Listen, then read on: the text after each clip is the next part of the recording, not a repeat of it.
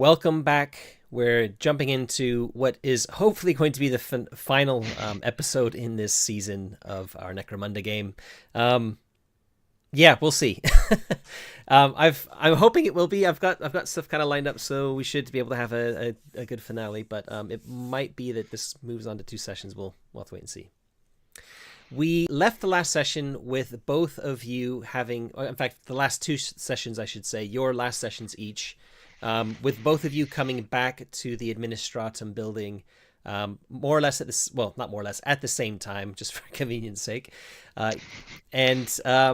Yeah, you would have very quickly exchanged notes. We've done that in Discord over text so that both of you know it without needing to kind of recap everything live for this episode. You then, with it kind of being nighttime, you would have given a quick debrief to Arbitrator Rhines and then headed back to your hotel for another rest. So, is there anything you would want to do before you go back and rest? I think Clovis would probably want to offload some of the stuff he brought back from the fights he was in. Sure. The loot. Yeah. He's a bit overburdened with it and doesn't have any use for all of it. So I'll let you do that offline if you want to. You got the PDF, right? Or the physical book too. If you want to look them up values, you can basically, because you're kind of doing it quickly, you can get the half of the price back by selling it. For anything you want to sell. Okay. So I spent all my remaining money on bribes and stuff, but somehow Clovis made out like a bandit. Do you want to mention that to the arbitrator? Yeah, I do actually. Yeah, I was actually going to ask for some reimbursement. Yeah, so he asks you how much. I'm not going to mention my ill-gotten gains or my the gains. That's fine. I mean, it is a valid point. You purchased this on behalf of the requirement. They didn't give you any funds for this. And when you ask, he kind of gives you this very stern, emotionless look, but then writes out. Does he write it on a piece of paper? It seems a bit archaic, but this is 40K, so sure, he writes it on a piece of paper with a stamp of some sort, and hands it to you and says you can go get it from the I don't know, somewhere in the building, and you basically will get reimbursed. Not the amount that you stated. He seems to think that you may have been slightly, rounding up generously. But you'll get how much? Do you remember offhand? I think it was 400 something that you paid, right? Or was it more than that? I think I spent 700 total. Okay. I spent all my solars. Yeah, so the thing will be for 400 solars. The things one does for the Emperor. I would ask Solomon if he has use for an Auspex, because I have 2 of those and those are really valuable. So before I offload it on the, I really remember what they do, so I will say yes. It's like a scanning device to detect life signs and. Oh yeah, I'll gladly take one. That may I have come think in handy. if you do a search items in the items tab and type in Auspex, I think it's got the little text to go with it. Yep, found it. It does, yeah. Okay. Right. So, you go back, you sleep, you manage to get back some. I know this is probably more important to Martin or to Clovis than it is for Solomon. But you're going to be able to get another light rest where you're able to increase your wounds up to your toughness bonus. Toughness bonus, yeah. So go ahead and do that, both of you. Yep. And oh, sweet, I'm good now. Yeah, so I think you weren't quite fully healed last time, Solomon. So now you will be. Just for viewers to make you aware as well, I did have a think about XP, and I'm usually the type of GM who likes to do XP at downtime. However, bearing in mind that there's been kind of 2 slow moments of rest. I know that's not like a long bit of downtime, and we've been through quite a few sessions. I've let both of them have 300 XP each for the campaign up to this point, and have allowed them to spend it now. So both of them have spent that on some skill and talent upgrades, and so they're going to be slightly mechanically improved over the last session. Anyway, won't go into all the detail of that. Just wanted to kind of let people know from a kind of GM's perspective something that we did there. Cool. So, I didn't remove that. The next day, you go back to the administratum, which you were asked to do, and you get up early. You have a nice breakfast of green finger, eggs, and ham. Sorry, you don't have any green finger. No green finger. And I'm not eating it. if it was available. Okay. Yeah. So you head back to the administratum building, and you're basically shown to the to the arbitrator pretty much straight away, and just to in the kind of wanting to keep things moving along. I'm not going to do this in character, but effectively he tells you that the Cador attempted to leave the settlement last night, and nearly succeeded, but they were apprehended and brought in to the administratum building, and they've been interrogated all night, and effectively, one second, I need to open my notes. Just explain the mysterious dice rolls in the chat message. And essentially what happened was there were 5 of them that were brought in, and one of them was able to have been sort of brought round to realize that arbitrator Rhines's authority was effectively on the same level as the emperor himself. And the Cador are extremely zealous, but their zealotry is somewhat misplaced often. Anyway, it is what it is.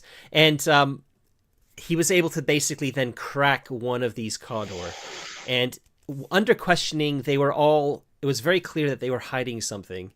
And eventually, through the interrogation, it was revealed that they mentioned 2 things. They mentioned the Gorge, and they mentioned the Relic. And different, from 4 of these, not the one that cracked, the other 4. For each of them, we'll just say for convenience sake, 2 of them mentioned the Relic, and 2 of them mentioned the Gorge when they were kind of prompted, like, what are you hiding? What are you hiding? And with both of them, when they mentioned this, or with all 4 of them, when they mentioned this, they had a brain hemorrhage and died. So Rhines is very impressed that there has been some sort of conditioning going on, which would not normally be expected for. He uses some kind of derogatory term for the Cador, and as a result, they didn't push the remaining Cador, the one that kind of cracked. They didn't push him that far. The remaining one's name is Eli, and Eli the Repenitent, and Eli is basically now on board and wants to help the arbitrator in any way possible, because he now fervently believes that there's something wrong with Salvation Gorge, and he's been misled, and it's he wants to redeem himself to the emperor.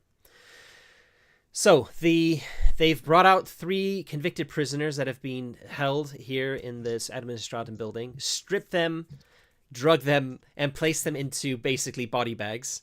These the ones that had been kind of set up by the Cador to transport the bodies, and have basically loaded them onto the vehicle that was going to be making its way to Salvation Gorge.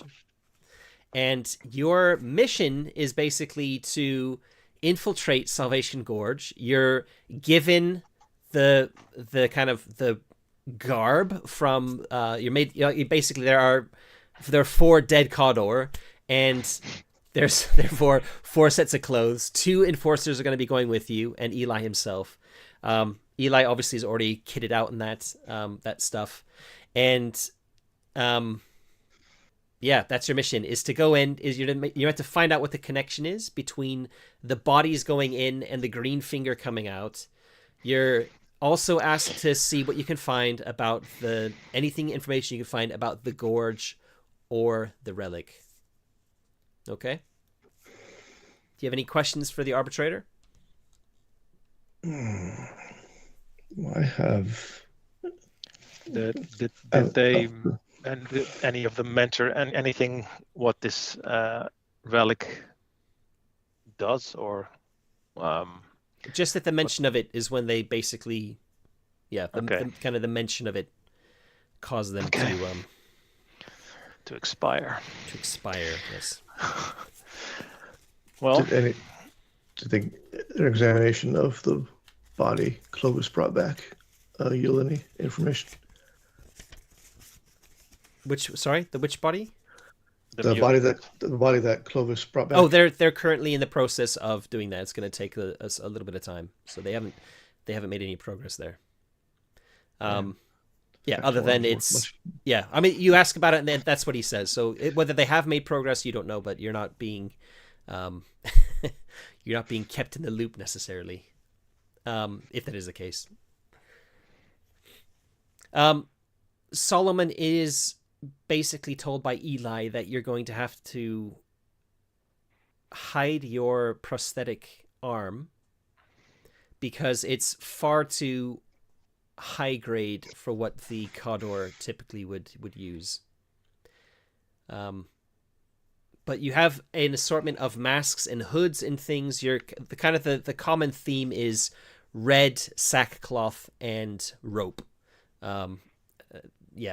And they tend to favor kind of weird masks and like hoods, almost like KKK hoods, but like red or like brown. If you think about, there's a lot of minis for war games and skirmish games that use sci-fi cultists or even fantasy cultists, and they tend to have these like pointy cloth like hoods for some reason. Anyway, and that's very much a part of Necromunda as well. So there's an assortment of these sort of like, you can kind of mix and match. You can make your character basically in your head look however you want him to look, but the idea is that your face is going to be hidden somehow. And Solomon, you're going to have to maybe, extra wrap your prosthetic arm in cloth and rope and stuff to try and hide it, which isn't a problem. Like, you just need to hide it, and it's going to be obvious that it's prosthetic, but that's there. In the world of 40K, especially in a place like the Hive, there's lots of people with missing appendages and prosthetics of various types. Just not military quality. Just not the quality of yours, yeah. At least not where you're going. Okay. So, any questions about any of that? They want you to basically get going fairly quickly. They've got everything ready to go by the time you kind of had arrived and were being debriefed. And it's at that same southwestern gate where the vehicle is basically waiting. The two enforcers are already there, kind of keeping an eye on it. I assume the forces were also garbed out. Yep. And Solomon is questioning all the life choices that led to him having to enter a zealot colony. Yeah. Dressed as a zealot. Just in case anybody has picked up from the session with Mike compared to the session with Martin, the solo sessions, I did make Martin's fear come into play quite a few times. And Mike was dealing with a Cawdor, but didn't actually make it come into play once. But that's also because we had a chat about it. And you need to be actually seeing them in their kind of zealous mode, if you will, for you to get the fear on, rather than seeing one or two of them. Yeah. And you're going to be heading right into the Lion's Den. So we're going to be doing lots of fear tests, Mike. Great. If it wasn't an Arbitus. Well, I'm sure there won't be any mutants there, so. Well, you don't know. We'll find out. We'll find out shortly. Yeah. Again, Solomon's questioning all the decisions that led to this point. Yeah. We'll get you to start rolling some discipline rolls soon. I know you did take an advancement in discipline, right? I did, yes. Both of you did, I think. Oh, okay. Well, yeah, seems prudent. Anyway. Yes, I did. Yeah, you both did from memory. Yeah. So that'll help. That'll help to a certain extent. Okay, so you get into the vehicle and you set off. It kind of goes without too much issue. This is the first time you've been in the Enclave on like one of the roads leading between settlements, but the visibility is not super great. One of the enforcers is manning the turret on top of this thing, and the rest of you are kind of squeezed into the kind of the cab area of this vehicle. or maybe the other enforcer. Now, one of the enforcers is definitely going to be keeping an eye on Eli, with a weapon kind of casually pointed in his direction in case his conversion is not genuine. So you'll have basically a couple of hours between, for you to make your way. If you look at the map there, you're making your way kind of off towards the west or to the left of the map to where this pipe road is, and then you'll be going down the pipe road and then off again to the west towards Salvation Gorge. And it's going to roughly take, we'll just say it's going to take about an hour per stretch of those roads. Okay. So I feel like we're limiting what we can bring with us. Like my cutlass will stand out undoubtedly. That's a good point. Yeah. Yeah. I mean, you can swap around some equipment, if you will, because the Cawdor that were kind of subdued will have had weapons and things. So if you want to have a melee weapon, for example, you won't be getting a cutlass, but you can get something else. So if you want to, I mean, feel free to peruse the list of available items there. And for now, it's just in the interest of keeping things easy, like keeping track of your equipment and stuff. If you're not bringing something with you, just change if you kind of change the settings for that piece of equipment, set it to 0 encumbrance, or weight or whatever it's called. And that way it's not encumbering you, but it's kind of staying with your character. Otherwise, I think if you drag it off your sheet, I'm not sure it's saved as an item that we can find easily later. So yeah. So I'm more curious about. I don't know how obvious Vox beads are, but I'm guessing you're wearing like masks and hoods. So I think your ears. It's quite easy for you to have them in there and to have some sort of something covering your ear, so it's not super visible. I'm assuming ugly ass filtration plugs are probably normal. Yeah. My photo visors is what I'm really worried about. Photo visors would stand. They would definitely stand out, I think. That's what I figured. Okay. Yeah. There goes all my night vision. Yeah. So but you're going to those as well. You're going to a Cawdor stronghold where they like to burn things. So I think it's not going to be super dark, right? Yeah, I it's feel going to like be lit by the fires of the Emperor himself. Anyway, just have a think, and if there's anything you want to bring with you, I'm happy for you to choose one melee, up to like one each of a melee and a ranged weapon. Just don't go with anything high tech. It needs to be like some sort of like stub pistol or revolver or something along those lines.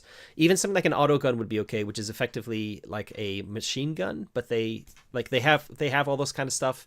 It's just the more higher tech stuff.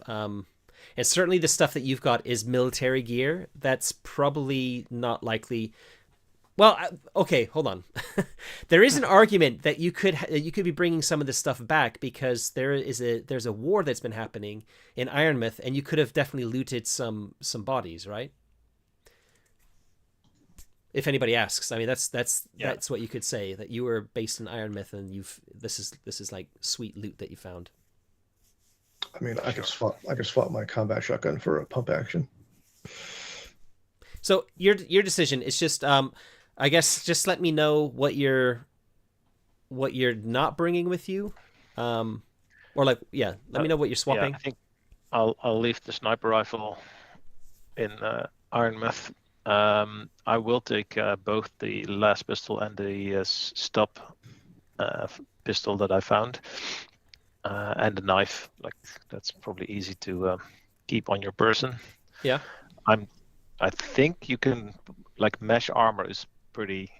You can definitely hide your mesh. It's not bulky. Yeah, exactly. It's meant to be like it's like mithril, 40k mithril. Yeah. So that can definitely be underneath your clothes, and it wouldn't be obvious that you're wearing it. Yeah. Otherwise, yeah. I'm taking the multi-key definitely. I think the Auspex is probably quite bulky. It has an encumbrance of 1, so it's probably something that's. Yeah, I mean, you could take it with you. Yeah, you might not be able to. You might have to leave it behind. I don't know, or I mean, maybe you can because you've got lots of cloth and stuff. We can say you could have it like in a makeshift backpack, sort of on your back or something. Yeah. It's not. I mean, the Cawdor aren't like living in the Stone Age. They have a lot of this equipment too. Yeah. It's just the more all together you have high tech equipment, the more you're going to stand out. Whereas if you've just got one piece, then it's going to be like, oh, okay, that guy's lucky. Yeah. I think I will take the Auspex in a sling bag or something, like it's covered up. Yeah. And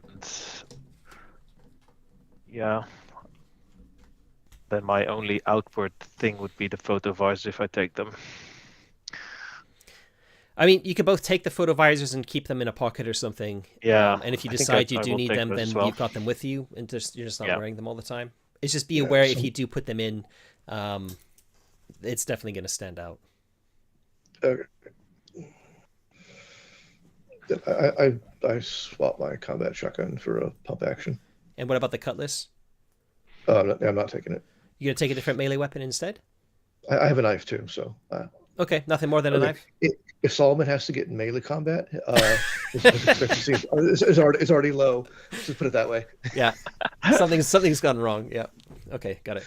Okay, so after 3 hours, you try making small talk maybe with Eli. He's kind of muttering to himself the whole time. Almost, I mean, his entire worldview has sort of been flipped on its head, and he's already a little bit unhinged. You have to be a little bit unhinged to be part of the Cawdor. And he's just kind of like muttering away to himself the whole time. He's not mentioning the Gorge or the Relic, but he is mentioning a name many times. And when he's kind of questioned about, like, what's this name you keep mentioning? It basically is revealed that he's talking about the Redemptionist at Salvation Gorge. The Redemptionist name is Pyrestone. He calls him Redemptionist Pyrestone. And I can quickly add that here. I've spent the time in the car, like, trying to get a read on him. Like, is he going to bail on us as soon as we get in? Is he going to skedaddle? I'll give you a straight up success on this because he's kind of an open book right now. And the answer is you have no idea. You haven't made it a specialty of your career to study zealots. You've tried to avoid them. And everything I just described to you, to you, it definitely looks like his worldview has been flipped, and he's kind of like trying to make sense of it on this 3-hour car journey.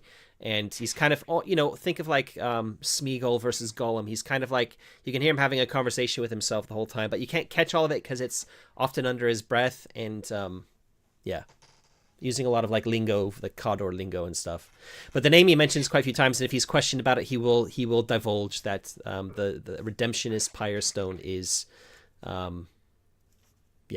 the one who's in running the show, running the show there. Yeah. So I think I would probably try to ask him what we can expect when we arrive. What's the normal procedure when they arrive in the gorge with a new shipment? Yep. And who will be taking receipt of the shipment? Yep. You'll basically the shipments go straight back to the farm, and they drop the cargo at the farm, and then get new cargo to take back. Although loading the cargo usually takes a couple of days, so the drivers who drive back are allowed to have a bit of R&R in their home. Okay. So there's an expectation that you're gonna be able to drive to this farm, if everything goes as planned, drop off the cargo, the 3 bodies, and then you're gonna have time to kind of snoop around. So the bodies are in boxes, right? It's not just the body bags. They're hidden inside of, because they're kind of meant to be out of sight. So there's also these crates. Once they've been loaded, you kind of had a look as you're getting on. They have been kind of cleverly made so that there are like air vents in them and things, so that they're just like a body in there and then they suffocate inside.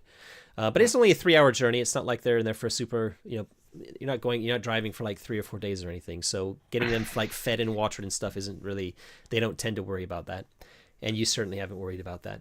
And the arbitrator had made it very clear that these are traitors to the emperor, and they would have been executed anyway. So don't try and save them.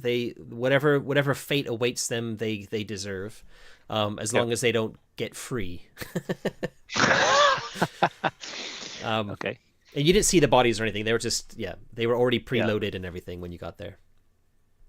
Okay. So, and the cargo that they then ship out, that's only Greenfinger, or are they shipping us other stuff out as well? Does Eli know? Or yeah, he basically says Greenfinger, and there are occasionally other supplies that the Cawdor might need in some of the other settlements, but he doesn't really say what that is. So, but mostly Greenfinger. And when you kind of try and dig deeper, he doesn't know a lot more than that. It's kind of clear that his role is to be basically like a driver for the Cawdor, Sure. and he's not aware too much more of what's going on under the beyond what his remit is. Yeah. Last thing I want to ask him, I think, is if it's a very popular dish in the gorge, or Oh yeah, they love it. okay. Okay. Well, Yeah. In fact, he kind of says it's not quite heresy, because there's rumors that Pyrestone doesn't eat Greenfinger, but it's looked down upon if you are seen to eat anything other than Greenfinger in Okay. Salvation Gorge. Oh no, We're, that might be a problem. we're going hungry. Okay, so you Should've brought arrive rations. as you kind of turn off that pipe road to the last stretch coming up to Salvation Gorge.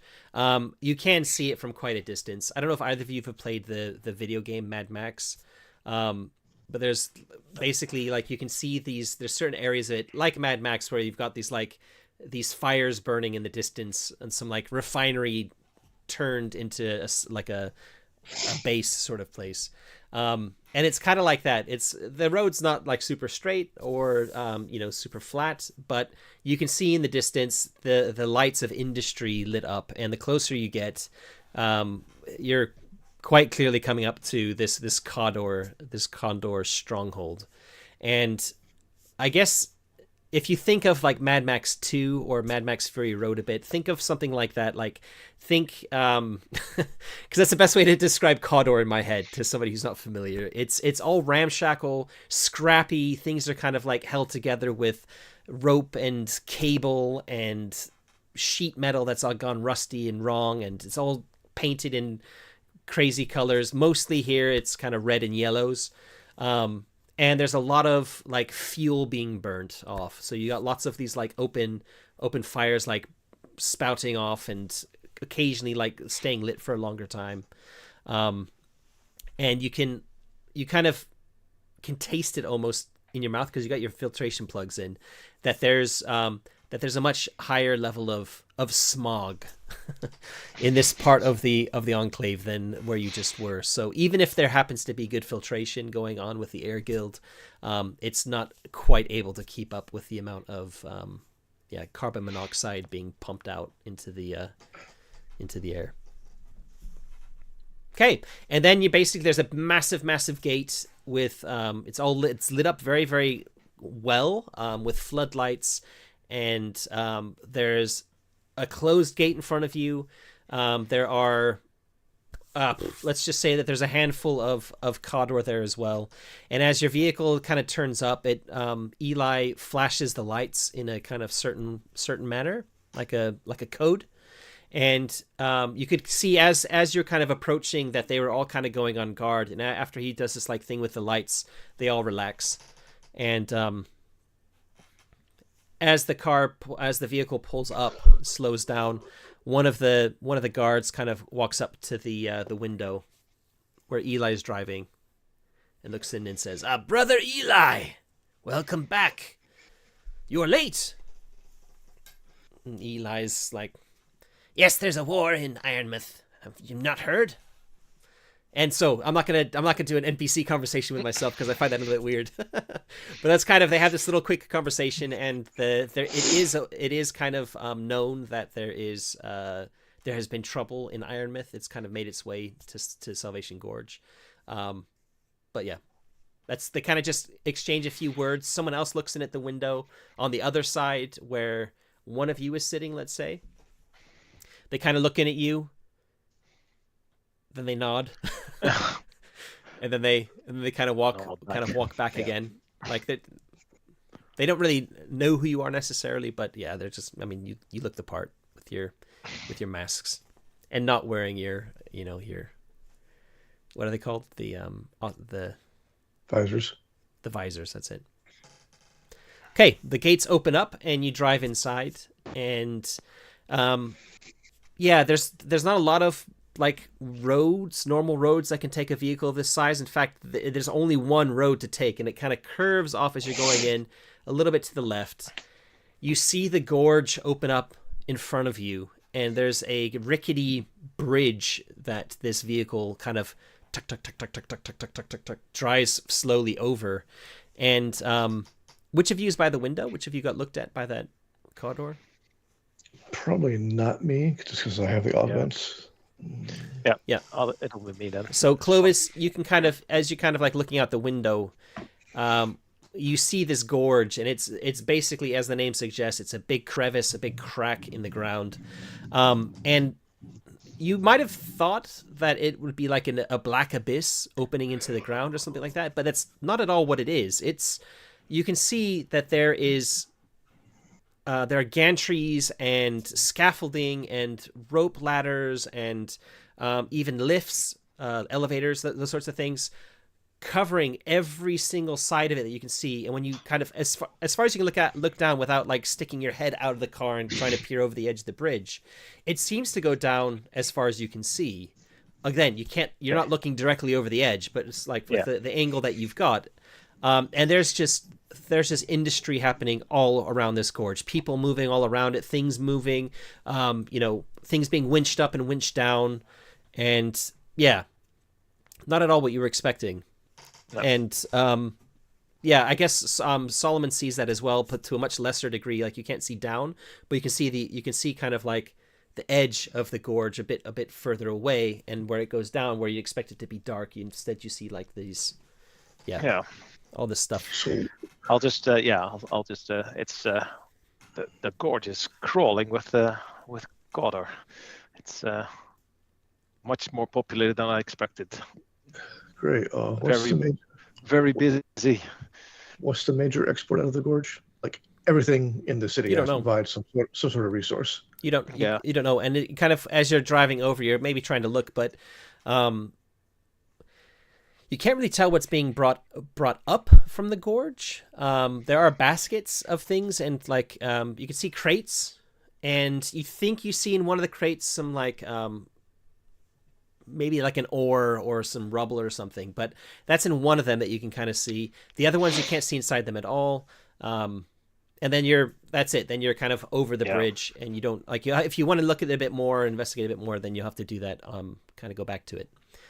And after you cross the gorge, you drive towards basically the western wall of the enclave, that kind of area, like that left-hand side of the map. And when you get there, or as you kind of approach, you can see what you take as the farm, which is this big kind of open area. Open area. It's like they've kind of made. Imagine you've taken a half dome and shoved it up against a wall, and then like cut the bit of the wall away.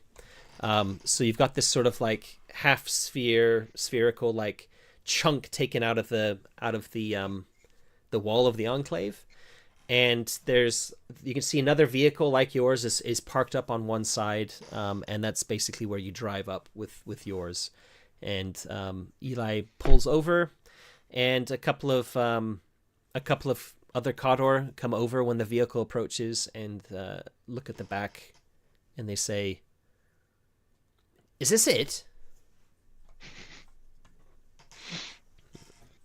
Eli shrugs.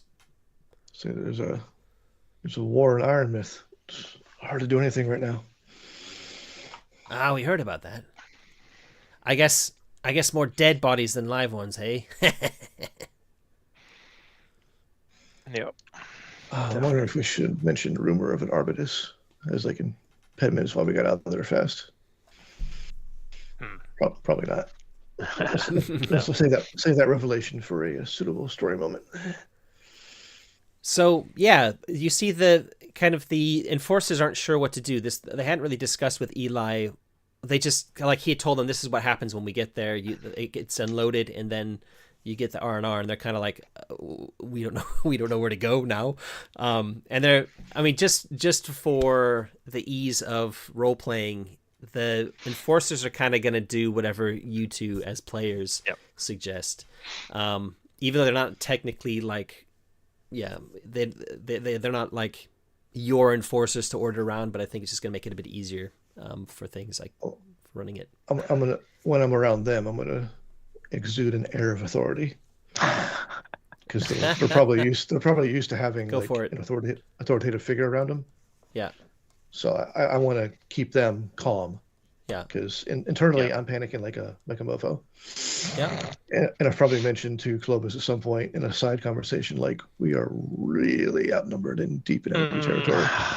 Yep.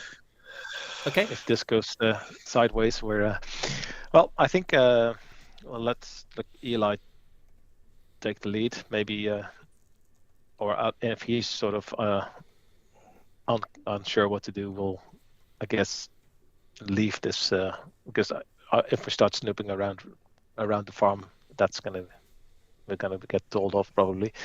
So quite possibly, yeah. Although I would like to take a peek inside, but it's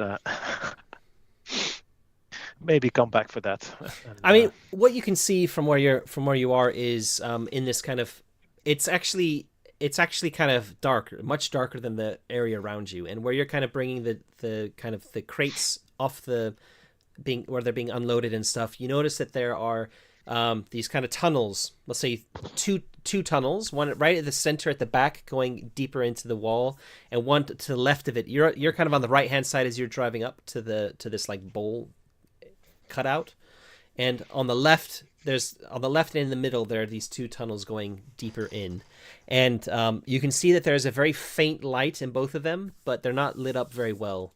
And otherwise at the rest of this bowl is basically just like filled with crates, and it's kind of like a loading area, if that makes sense. Oh, so it's not a farm like they're growing something.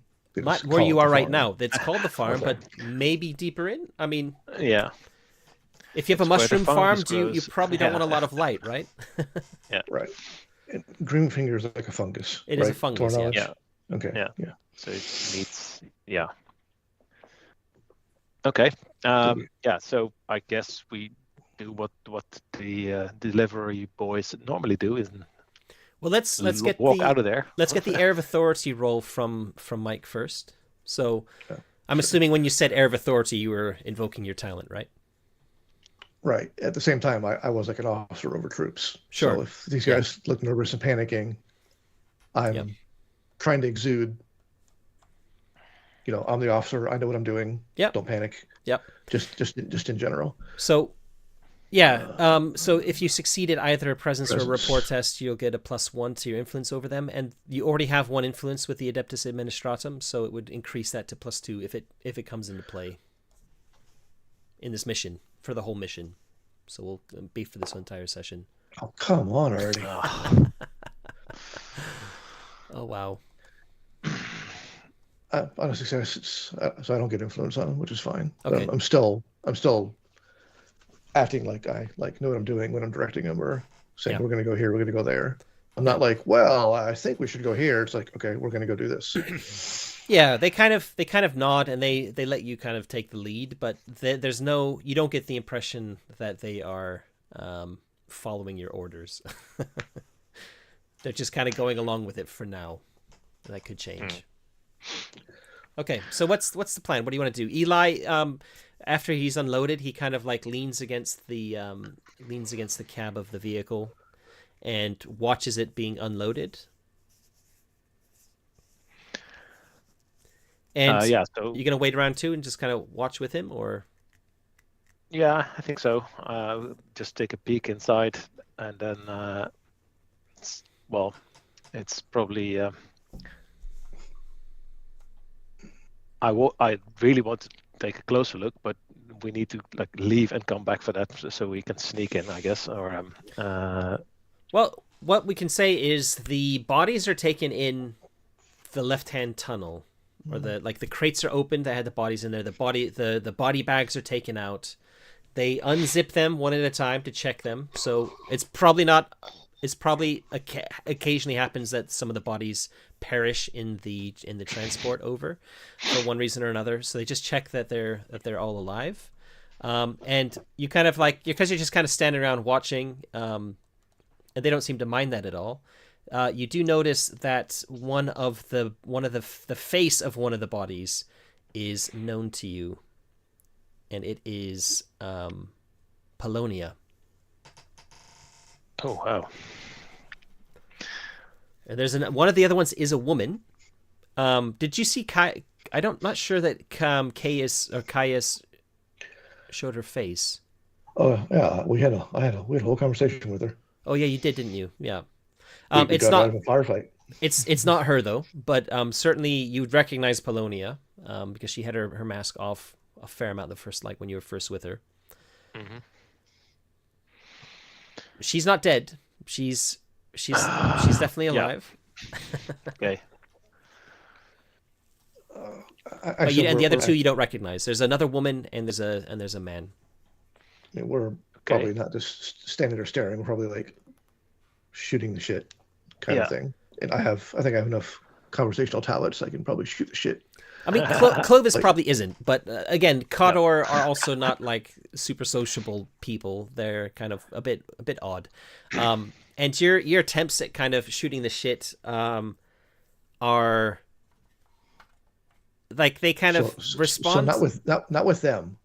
Our group. Oh, with the enforcers. We're hanging out. Like right. We just got off the truck and we're just having like shop talk. Yeah. Okay. So we're not five guys just like watching, going, that looks interesting. Yeah. Okay. Like trying to blend in. Yeah. Right. Go ahead, because I think this is going to be not so easy for you to just be able to do, even though you're kind of skilled at this sort of thing, because you're out of your element a little bit. So I'm going to ask you to give me a roll for this. And the roll is going to be some sort of deception. Let me think about this for a second. In fact, I might need to look at the skill descriptions in the book very quickly, which is right here.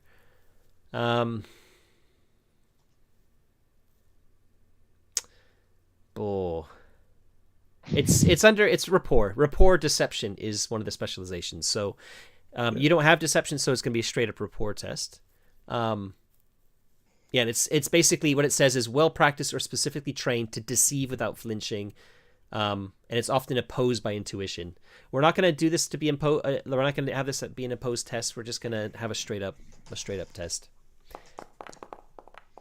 Oh, there we go. It almost on my screen it almost went to an 80. It kind of blip and fell back to the 20. Yeah, so. You kind of see as you're kind of talking, some of the other the other Cawdor that are unloading the bodies and kind of checking them and stuff. They occasionally glance up at you as you're talking, but they don't. They don't kind of clock like something's out of the ordinary here or anything like that. So it worked. When we see Polonia, I'm going to mention to Clovis, like, how did they get a hold of her? Well. Because we watched her, we've seen her in hand-to-hand combat. I don't know, but if she's apparently she's a traitor to the Empire, so the Imperium. So and I've also seen the enforcers in action, and I think a couple of these strapping lads could probably subdue her.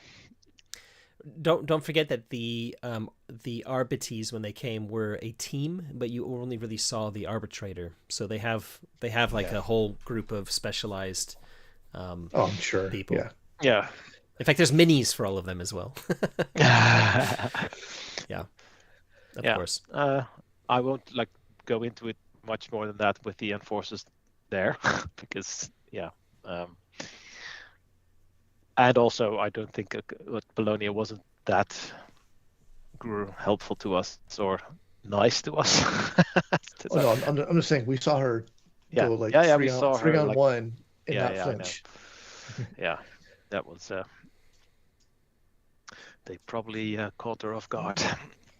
Well, they were both questioned. I think, Mike, that was revealed to you that they were, that he wasn't. That you heard screams. Oh. Do you remember that? And that was one of the two pale consorts. So both of them were actually taken in and questioned by the arbitrators.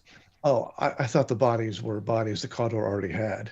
No. Provided by the arbiters, yeah. No, okay, the bodies they probably had more than 3 bodies, and the arbitrators probably woke them all up and said, they're probably being interrogated right now to find out if they actually are heretics or whether they were just poor victims. Why the arbitrator was like saying that these victims of being abducted were traitors to the Empire. No, so this makes sense. These are 3 captured prisoners of the enforcers already in custody.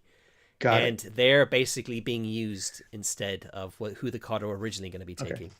I did not understand that part. That makes a little bit more sense. So yes, we will not be saving Polonia. Yeah. I had no qualms with her, but I am not pissing off the arbiters no. on her behalf. Definitely not. Yeah, okay. You weren't part of her interrogation either, so you probably didn't see, the level of her heresy. Yeah. Heresy. Yeah. Yeah. Heresy. Yeah. So, that basically takes, I don't know, like 20 minutes, 30 minutes to get them kind of do all the checks that they need to do, and then they carry them into, in fact, we'll say that there's 2 of them, one at the top and one at the bottom from each of these bags, and they carry them one at a time into the tunnel. They're gone inside the tunnel on the left for about 10 minutes for each one before they come back out to get the last one. Okay. So goes in a way, but not a long way. Do you want to follow one of them inside?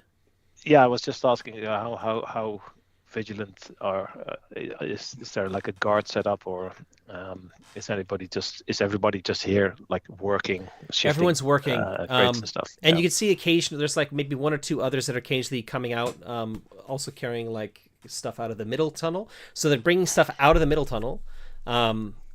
Like smaller crates and smaller, I guess, crates. I wonder if we could us and the enforcers could just grab the other 2 bodies and like carry them in, or if that would like break some. You can ask Eli. Yeah. No, I was about to ask. Like, he kind of shrugs and says, "You are Cador. You are permitted everywhere in Salvation Gorge, just about.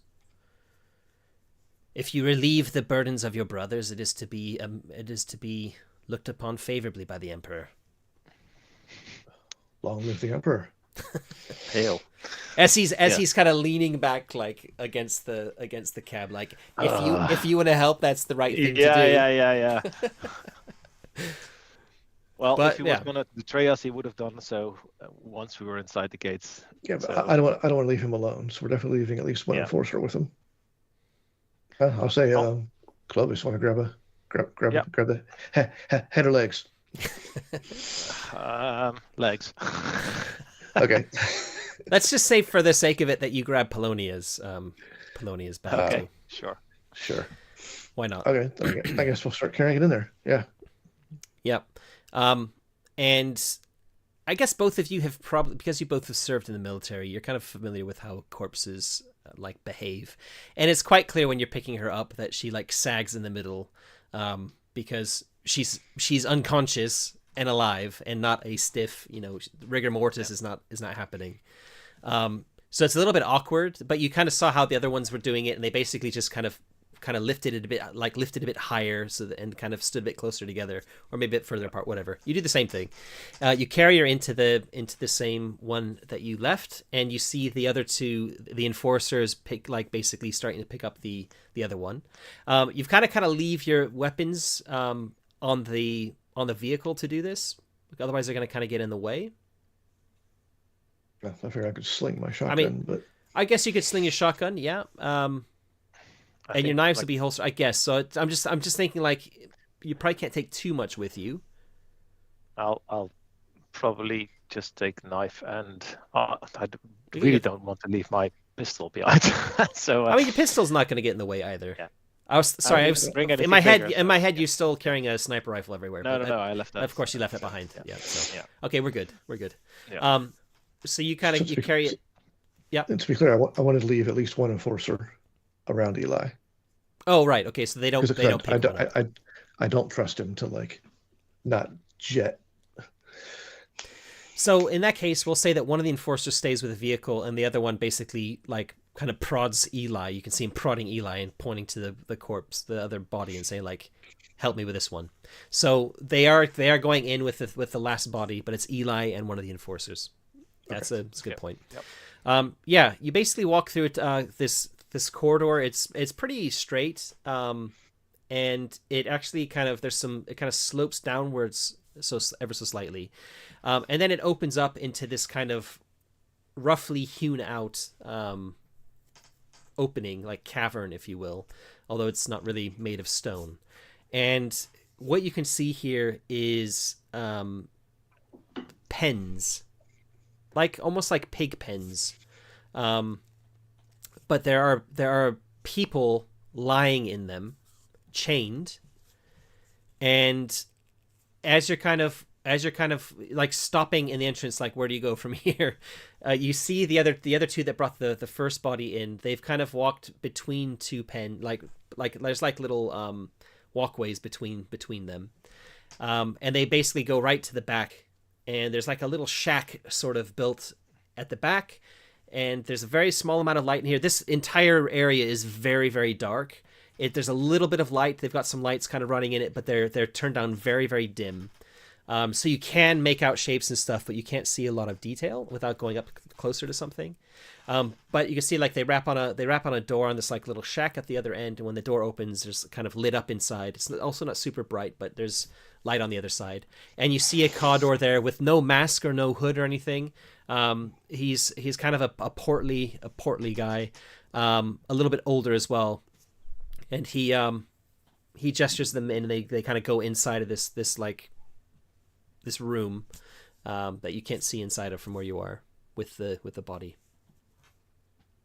I guess we're gonna follow, but I guess while we're going, we drift towards a pen. Yeah, I mean you're gonna have to walk right next to him anyway. Oh. And in the pens, there are people, as you could kind of already see, chained in these pens, and the one thing that you can tell is that they have there seems to be like this dark growth, like almost like fur, all over their body that you can see. They're all stripped naked, and they are in various different stages of this sort of like fur growth on their bodies. And right at the back, the further towards the back you get, there are some pens that are not actually occupied as well. And at the back, you can see that there are some separate pens that are much bigger. They don't seem to be as secure to try and keep them inside. And in these ones, there is the rough like outline of a body shape, but there are these spiky tendrils coming out, almost like a human hedgehog. Okay. And with the other ones, you could see that they were kind of moving like ever so slightly, like moaning, and I was really, really horrible, grisly stuff. At the back, where these like hedgehog people are, they're lying on the ground. There's no movement whatsoever. And these spiky tendrils are probably about the width of a finger. I'm suppressing a gag reflex right now. You can't tell the color of them. That they're definitely like a the fur mold basically on the other bodies. That was much darker than the kind of the finger tendrils. And it looks nothing like the fungus mutants that you saw. Didn't look anything like this. Okay. Well, I'm sort of horrified and glad at the same time that they don't look like the mutants we faced before. But yeah, it's also definitely very happy I didn't taste any of the green finger. That's why I'm gagging right now. Yeah. So I think we'll try not to stand out and just go to granted, corpse starch is a staple of our diet. Yeah. Yeah. But watching the sausage being made is a whole different thing. Yeah. All right. So you go to the hut. Yes. Yeah. Sorry, and Kirsty, what's a rough count of like how many pens and bodies might be here? Like dozens, hundreds? Dozens. So probably like less than 100, but more than like 40. So somewhere in there. Because in my head, I'm still thinking about the reduction in corpse starch output. You also don't know how many of these rooms there are. Yeah. There is definitely like another tunnel off to one side, and you don't know this shack, whether it's just a small shack or whether it's like built into the side and goes back further in, because it's up against the side of the wall, kind of. Okay. Okay, so you go up and rap on the door, and after a moment it opens, and that portly man's standing there, and he says, "Thank you, brothers. I didn't recognize you, though. Who are you?" Brother Garrick. Brother Marcus. Where do you... Which settlement are you from? From Ironmouth? Yeah, we had to get out. Whole war going on up there. Yeah. Aha. I see. Yes. Maybe I suppose that some of the others were not so fortunate to escape the fighting. I take it. Oh, a lot of fighting. Explosions. Well, bring it in here. Bring it in here. I trust you. You know how. You've heard something about what we do here. Do not be alarmed. We're doing the Emperor's work. These are all heretics, I can assure you. As I'm sure it's been explained to you. Long live the Emperor. I just nod.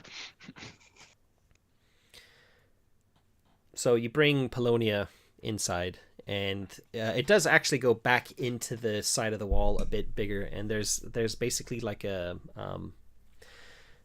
think of like a morgue in television shows where you've got these like... tables, these like metal tables that you kind of put corpses on to examine them.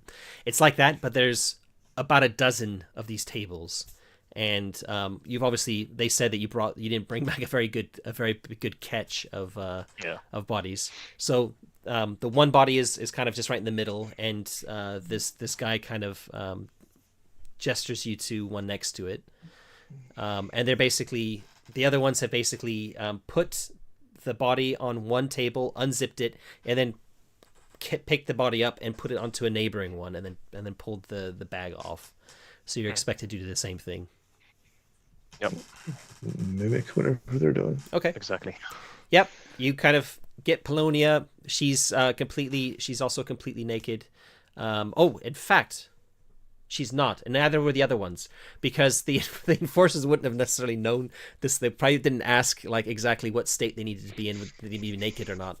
But they don't seem to care or notice. And there's like maybe a little tray with some scissors and knives and things, scalpels, whatever. This isn't a morgue, of course. They're all alive, but they basically quickly kind of unceremoniously just kind of cut all the clothing off of their body, and you do the same to Polonia, I guess. Mm-hmm. Feel creepy about it, but yeah. Yep. So take one creepy point. But yeah, you basically undress her, and then you put her onto another free table. And just as you're doing that, you can kind of hear that Eli is coming in with the enforcer, with the last body. The guy introduces himself as Abe, A-B-E, and he basically runs this place, and he kind of says, as you're like when you're leaving, don't touch anything. It's we try and keep everything very very sterile here. We don't want to contaminate our supply. But if you're curious about how this works, then feel free to look around. We could always use more workers. There aren't many who want to work here, so if you have any questions that you'd like to ask about how Greenfinger is made, then by all means. God, I do, but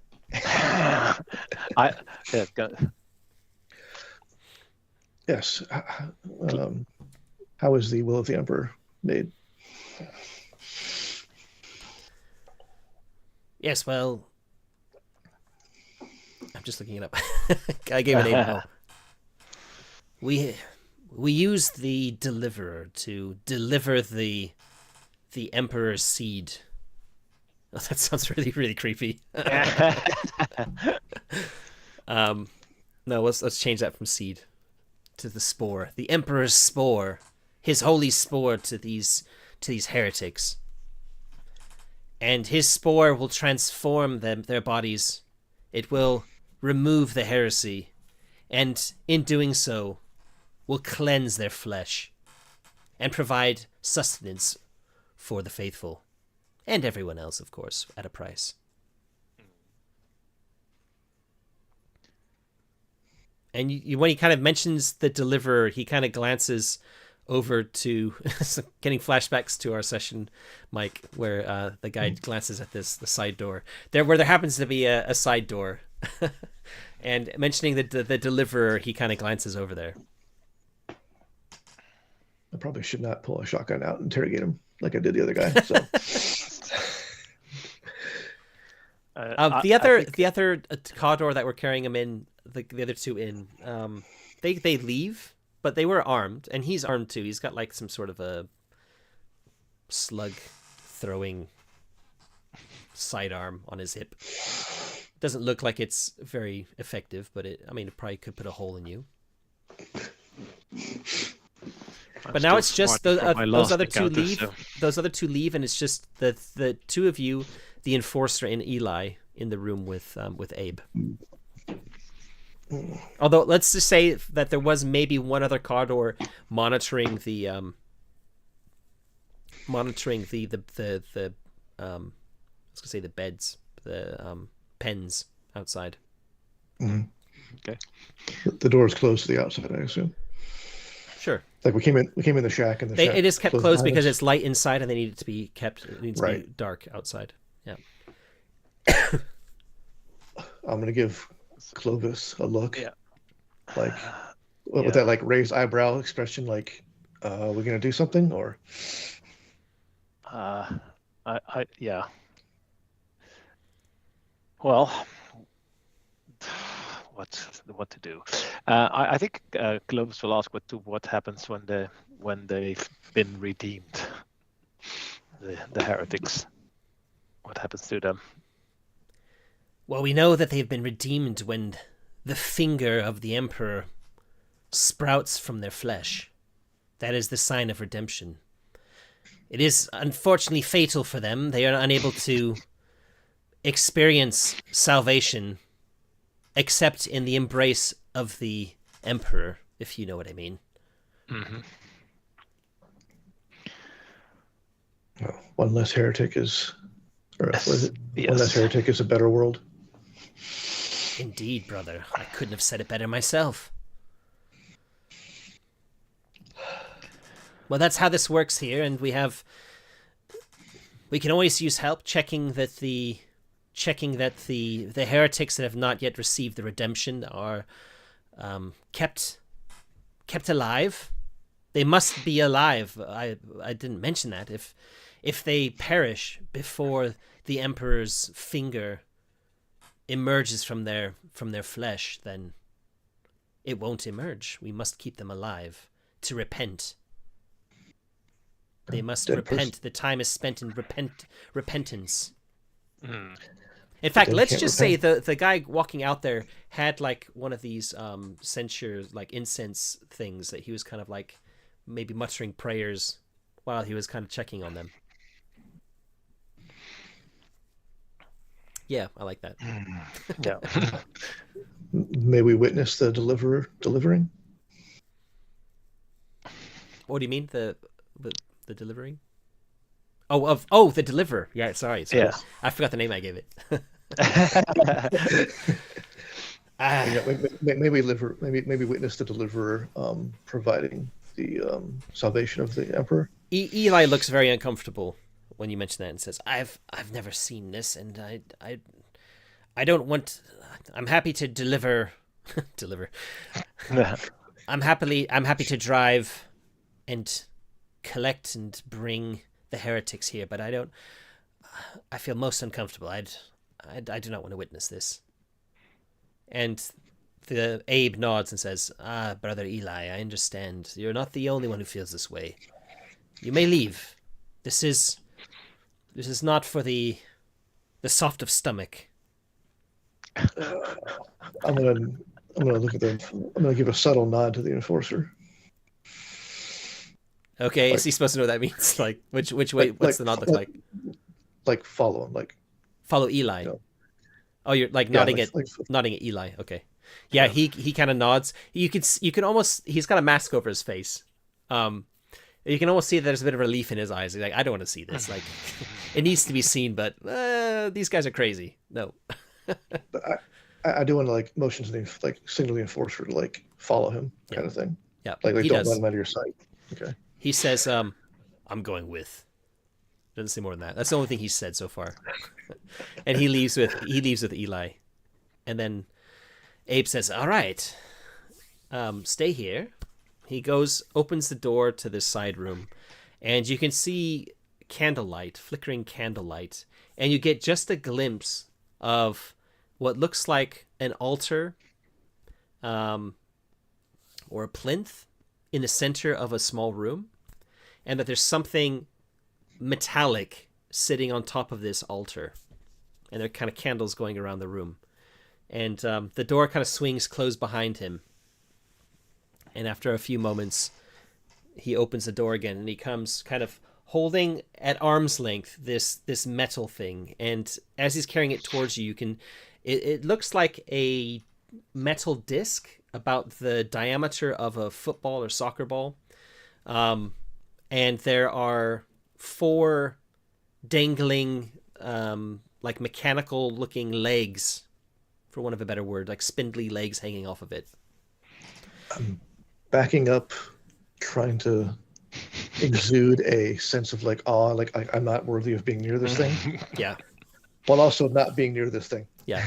And he carries it. He says, "Yes, this holy deliverer, it will deliver the Emperor's spore to anyone, not just the heretics. So we must be very careful with it. Brother, stand back. Take a sharp step back." Yeah.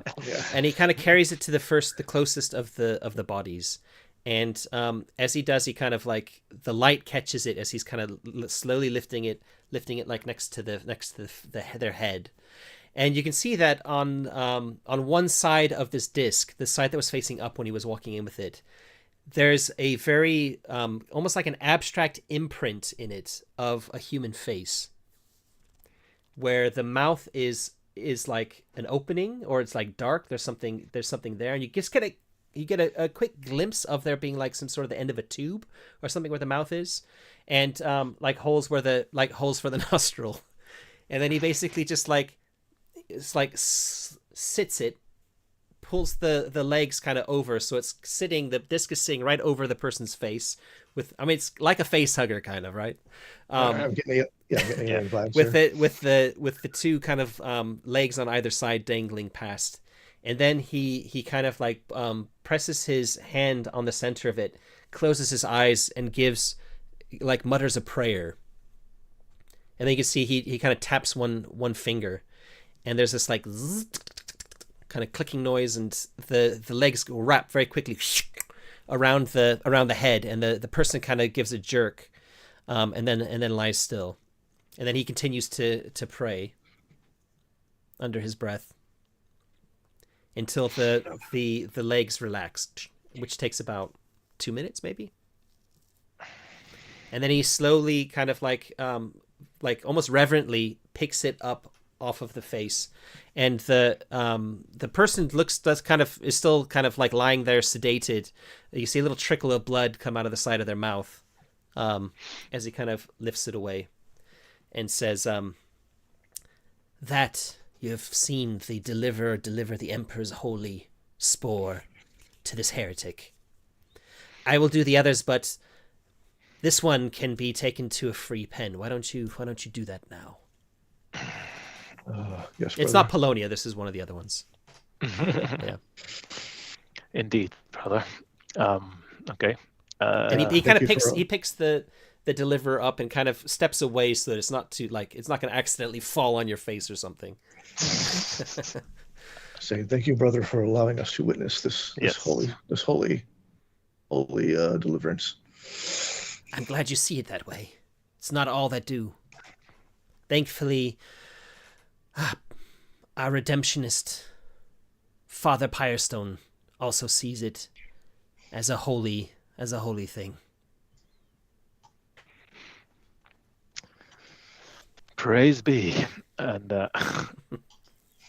I will once again pick up the legs of this. Yeah, I'll grab the head. Thanks. Yep, you carry it out. Yeah, there you can kind of see where the pens are fairly easily, like where the because I guess I said they're not as secure, but the ones where the people are there, they must be kind of also kept in some state of sedation as well, because they don't seem to be like screaming for help or anything like that. They seem to just be moaning and kind of like in this weird sort of half-life, if you will. So there are these kind of like makeshift fences, but it seems to be more like they're just staking out where the pens are rather than really trying to keep them in. Although you do see that they are kind of chained inside, but they're all lying down what looks like just on the dirt. Like they're not. Yeah. Is the incense sensor guy still walking around? Yeah. Mm-hmm. Say, brother, where does this one go? He gestures. He's still kind of like doing this like this prayer under his breath, and he kind of gestures to a free pen. Okay. Are we at earshot where we could talk to each other? Yep. Sure. Okay. So I'm simply grossed. What's our plan? There's two of them, two of us. There's probably a third body. No, because all three bodies were brought in. Yeah. Okay. So probably no one's coming in. Yeah. So until another delivery shows up. Yeah, I think. Yeah, we're here now. If we have to come back, we'll have to sneak in or whatever. Now we have no reason to come back really, when we leave. So, except to volunteer for the Holy Rite of Deliverance. Yeah. Yeah, you know what's going to happen to you if you get caught, right? Probably we will be burnt, or maybe delivered. You'll delivered. Yeah. You'll receive the Emperor's spore. I'm saving the last bullet for myself. Yeah. Yeah. He's. Let's just quickly get this one down, and then return while he's still delivering the other two. We can maybe subdue him, and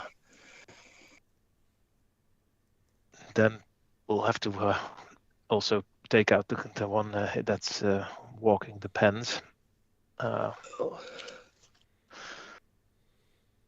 So, all right, I'm going to add a character to this one. I'm assuming this is between me and Clovis.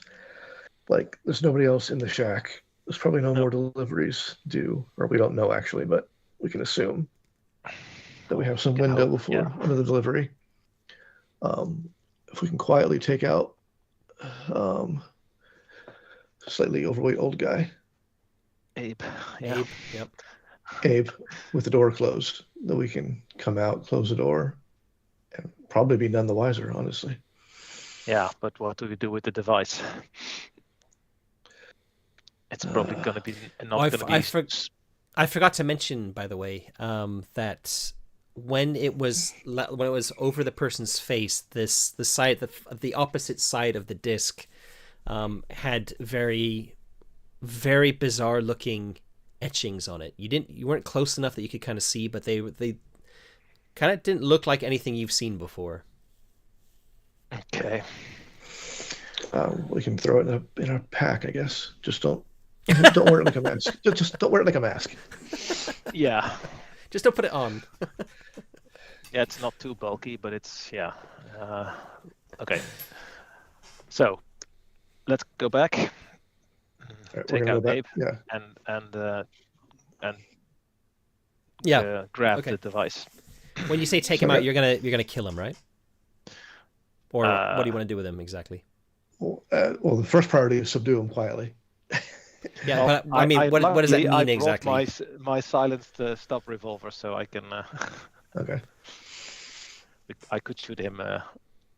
I'm not concerned if he dies or not. Yeah, that's what I'm getting at. Is do you want him alive or do you want him dead? Like, if you're just going to shoot him with the silenced pistol, then we don't need to do any rolling of any dice or anything. I'm happy. He kind of trusts you, and you can easily position yourself where you're just like, we're coming back in for the next one, basically. Yeah. Like, we are fervent followers, and wow, we really want to. You really want to help further the Emperor's will. Yeah. Yeah. Okay. So you do that. You go back in. He's just taking the deliverer off the last body. There went Polonia. And he's now carrying it. He kind of looks as you're coming in, then he kind of like focuses on what he's doing, and he's now carrying it, like walking with it towards the room, the side room. All right. I'm gonna stay by the door while Clovis does his I will wait. I will just follow him a bit and wait for him to put it down, and then shoot him in the back. Okay. Of the head. Back of the head. When he's in the room, right, with the deliverer. Yeah. Okay. Yeah, that happens. That's. Yep. It's kind of hard. He's not suspicious. He knows you're there, so you don't need to be stealthy. He might think you're just watching what he's doing with putting it back, and then you shoot him in the head. You paint the small room red as he kind of falls, and some blood gets onto the deliverer as well, but it doesn't seem to make any. Doesn't like sprout growths or anything. I should have grabbed some of the cut up clothing, like wrap this thing really, really good. Exactly. So Martin, Clovis is going to pick this up and put it in his bag, like next to his Auspex. Then say you've got room for it. Okay. Because I imagine the Auspex is also maybe like roughly the size of like a football, kind of. Yeah. I will wrap the device up with any scraps of clothing that are there, and then put it in my bag. Sure. Now. And then just close the door behind me and leave the body there to hopefully not be found for a while. Yeah. And then I think we grab. Oh. I'm just going to ask. I'm going to ask for a test very quickly. Okay. From Clovis, when you touch the thing. I need to look up where. I think it's willpower, I believe. Fortitude, maybe? One of the willpower skills, I believe. Here we go. If you're going for what I think you're going for. Yeah, it's going to definitely be a discipline, actually. Okay. Oh, no. Yeah, discipline. Discipline, it's... Okay. Yeah, fortitude's physical. Yeah. Oh, so close. So... You have fate. I do. This is basically going to be you're going to be getting corruption, right? And you're going to be getting a certain amount of corruption by looking at it closely and touching it. And the amount of... You can reduce the amount you're getting by the number of SL you're getting on this test. So you don't just need a basic success. You would need like... I'm not... Right. Yeah. So as I learned last time, if you burn a fate, you can set the dice to whatever you want. Sure. And the amount of corruption you're going to be taking is 2. So it's not like... Oh. So I'm just going to leave it as is. Okay. I think I will need my fates for other stuff later on to get out of here alive. Yeah. So just to describe what happens, you kind of, as you're looking at this thing, the etchings, I mean, you're both familiar with kind of Cthulhu-esque sort of things. It's almost like just looking at the etchings, they kind of... You're telling yourself it's an optical illusion, but they move ever so slightly. And as you touch it, you hear like you imagine you hear like a whisper just behind you, and you kind of glance over your shoulder. There's no one there, and yeah, you're just getting a little bit of corruption from touching this thing. Okay. Yep. It's obviously it's not corruption. It's the Emperor's holiness that's washing over you. Yeah. But you're getting 2 corruption points. Okay. I will. Quickly get out of there, close the door behind me, and then walk up to Solomon, who's and mutter to him like, "There's definitely something off about this device. It's giving me the creeps." Just make sure we're not keep it on the wraps until we deliver it to the authorities. Let's make sure we're not in 42X when they purchase the place.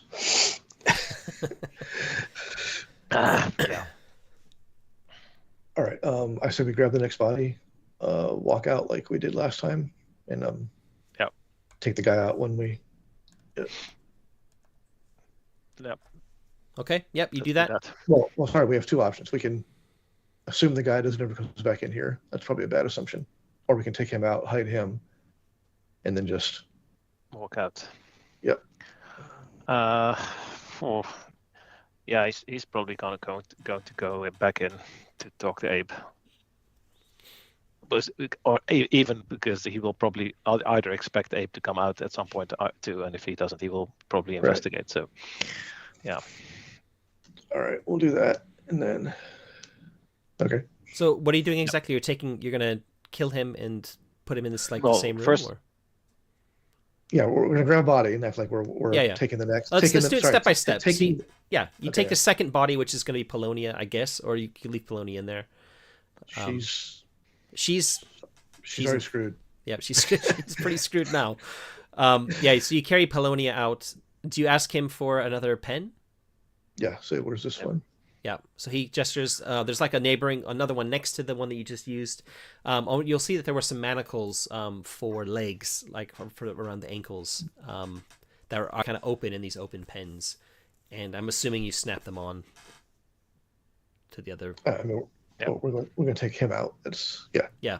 Okay. So you put Polonia down. You snap the manacles around her ankles as well. The guy's kind of drifting over closer to you. By the time you've kind of set her down, and he's very close by the time you're finished. But he's still doing his thing. Yeah. He's kind of he's stepping into each one, and he's kind of leaning over. Like checking them kind of, and then muttering his prayers as he's doing this. Well, Clovis will make sure that Solomon is between him and the guy when he takes out his silenced pistol. Yeah. And then when he steps closer, I'll just step around Solomon and execute him too when he's sort of leaning into one of the pens. Sure. Okay. Yeah, you do that. And as you do, as you shoot him as he's leaning over, the kind of blood and brain and stuff gets on the kind of splatters on the face of the body he was leaning over, which isn't very far gone, and he kind of falls lifeless on top of this this body in the pen, and as you kind of go to pick him up off of the body, you can see that the eyes of the body lying there are wide open, looking at you. It says, "Help me, please." There's just like a 5 o'clock shadow, but over the entire body. And you see when you're dragging him off, it's kind of leaving these like smoky smear marks on the body. So it's like kind of coming off a bit. Really glad I have this breathing mask. Yeah, I'm still wearing the filtration plugs as well. So please help. Kill me. Don't leave me. We'll be right back. I'll keep watch. You drag this brother back to the room. I'll keep watch out here. I'll drag the brother into the shack. And, while I'm keeping watch, I'll slit this guy's throat. Okay. And I'm going to go into Polonia's, where we just put Polonia, and say, we weren't the best of friends, but God, no one deserves this fate. And I'm going to do the same to her. Okay. Yep. I mean, these are living people, so there's a a lot of blood coming out when you do that, and especially on Polonia because she's naked, even though she's kind of her skin was slightly darker. The blood is dark, and it kind of like just fans over her chest and over her shoulders, and she kind of twitches a bit before she's dead. And thankfully, it's not very dark in here. But anybody getting even close to her is going to see that, that she's covered in blood from like the neck down. The same with the other one, but yeah, it's what it is. I might take some dirt and like put some dirt over the blood. Just so maybe at first glance it looks like growth already coming out. I don't know. Okay. Spur of the moment. Sure. Thought. Okay. Yeah, so you're doing that. You're kind of grabbing dirt after you've cut her throat and like kind of like sprinkling it like feta over a casserole. Sorry, that's a bit weird image there. And Clovis drags the body through the thing, and I'm just gonna ask the Oracle. I'm gonna make it unlikely odds if anybody comes through one of the tunnels while you're right in the midst of doing this. After I do all that, I'm gonna pick up the sensor thing and just like mimic the guy's motions. Okay. So somebody walks in, they see a cultist, sure, or a Cawdor carrying the sensor. Yeah, they're seeing what they're expecting to see. Okay. Yeah. And I can't remember how I set this up. I think with unlikely odds, what I would do is I'd roll twice and take the, ignore the so the idea is I'm asking, does somebody come through one of the tunnels? And if it says yes and no, then that means no, because it's unlikely. But if we get 2 yes answers or a yes and a maybe, then it means either a yes or maybe. We'll figure it out. So here's the first one, which is a no. And the second one is extreme no. Okay. So the unlikely odds mean it's an extreme no. So it's nice and quiet. Nobody comes in. So you kind of lucked out there. Yeah. And you drag the body up into the shack. You're leaving a smear of blood, but like behind you as you go. But it's not visible until you get into as soon as the shack door is open, it's visible on the floor. Yeah. Yeah. Yeah. And where are you taking the body? Are you going to just leave it in the shack, or are you going to put it into the same room? Yeah, because they will see the drag marks anyway, so it's not going to matter if I put them in the room with the other one. So okay. Yeah, so I'll just do that quickly, close the door behind me, and walk quickly towards Solomon. Yeah. Okay. Solomon has got the brazier and is kind of doing his best prayer imitation. Yep. All right. Okay. So, all right, we're good. We're good. So as we're walking out, what's our next plan? We got some. Looks like some. Not heretical. What am I thinking of? Some Xenos relic. Yeah, something definitely that they shouldn't have and should be used like this. This probably isn't the relic. Well, what we can ask Eli. I think so. It was my assumption anyway. Do we want to prompt a spontaneous brain hemorrhage? Well, if that happens, we have our answer too. I'm also worried. There's other people outside those. So what I'm worried about. Yeah. This is as good as long as nobody comes back here, which hopefully is just the next truck. Yeah, which we have no idea when it will be arriving. So I think we should probably get back across the bridge. Do you want to go down the side tunnel, or do you want to go back just straight back out? Do you want to snoop around a little bit more? Curiosity kills the. You're meant to be investigating. I know. I mean, we're already knee deep in this place. Well, we can take a quick. Let's not get in too deep. But yeah, let's have a quick look then. All right, you remember? We remember our military training. We're good. Yeah. Okay. So you go down the side tunnel, which is kind of as you're turning your back to the shack. There's a tunnel straight ahead, which is what you came in through, and off to your left is another tunnel, also kind of faintly lit. You go down it, and it opens up into a like an assembly room, if that makes sense. And here there are about a half dozen Cawdor who are at various stages of receiving raw green finger and then kind of processing it and getting it kind of turned into the product that gets shipped out. It doesn't look like they're adding anything to it or anything like that. They're just basically, mincing it up kind of, and then weighing it and packaging it into small kind of like parcels, and then Okay. You see another corridor off to your left as you enter, so going back deeper into the kind of the guts of the whatever the side of the hive, and to your right is a tunnel which you can, as you kind of step into the room, you can see kind of goes back out to where the vehicle is. So this is the second tunnel that you saw earlier. You imagine you don't know what's back off to your left, but you can see it's also faintly lit. It could be another one of these like farm areas like yours, or maybe something else. But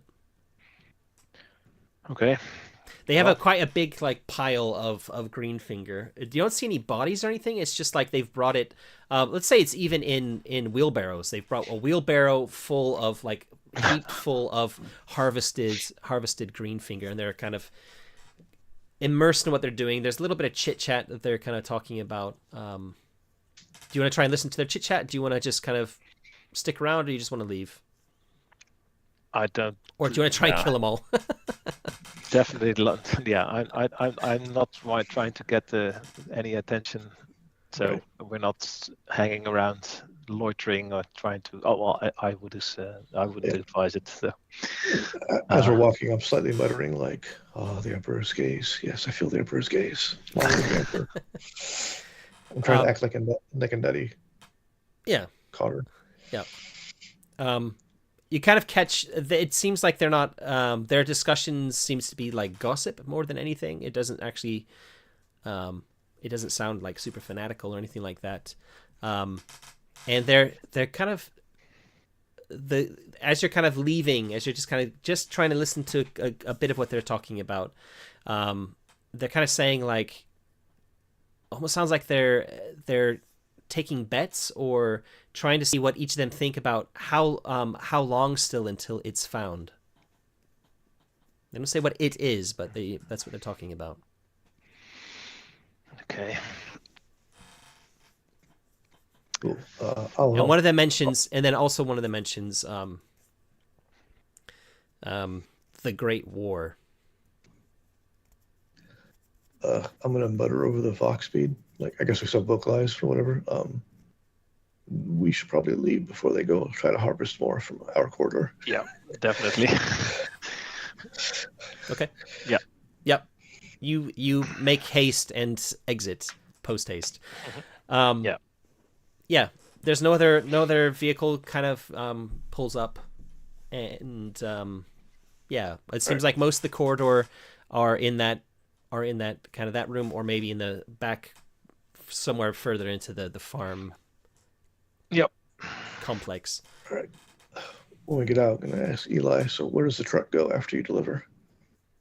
The truck stays here for a few days, and then we come back and we go back to Ironmouth. Now we are free to take some much needed rest, or to help if you would rather help your brethren, then the Emperor smiles upon. Help the brethren dig up whatever they're digging for in the gorge. Oh yes, there's not digging. He's kind of like, it seems to like he's trying to talk around a topic without saying specific words. It's not digging so much. I'm not the right person to speak to about this. Those of us who leave Salvation Gorge, I'll have to be specially trained by the Redemptionist himself, so that we don't reveal the nature of the Emperor's holy work here. But others will be able to talk about it. He starts sweating. Where can we find these others? Anyone else that's not a driver or works in another settlement. Literally anyone else. Can I go back to my hab unit now? I'd like to collect some things. I don't plan on staying here, and I want to gather my things. Can I ask one of the enforcers? Can you stick with him? He nods. Keep him safe. Keep our brother safe, brother. He kind of gives you a sly grin. Says, "Oh, I'll keep him safe." Good. And Eli leads him off, kind of deeper into the settlement. All right, so we should find a bar. Exactly. I was just thinking a watering hole and. All right. I assume it's just the 3 of us right now. Yep. 2 of you and an enforcer. Right. Yep. I'm going to take a quick minute to just calm down. I've not had you roll. I'm thinking about your fear trait, but nothing has been overtly zealous yet. But you're definitely not in a position you want to be in. Oh, we're in enemy lines, trying to act like the enemy, witnessing what obviously is not the Emperor's will, and is in fact diametrically opposite the Emperor's will. Yeah. Mm-hmm. Yeah. Okay. So I'm just thinking if I want to tell the remaining enforcer about the he will actually as soon as Eli leaves, he will say, "What have you found? What took so long?" So how much are you going to fill him in with? This is, let's say, just for ease of story, that this is the one that carried the 3rd body into, so he would have seen. Okay. Well, see, definitely something the Arbiter will be interested in. Yeah. They're definitely not doing the Emperor's work here. Well, no. We have collected some evidence. Let's just say I don't expect Salvation Gorge to be around in the near future. But I would warn you that if we get caught with this while still here, we need to destroy it before they can reclaim it and start continue their. He kind of looks around. Work. He kind of looks around and says, "Show it to me."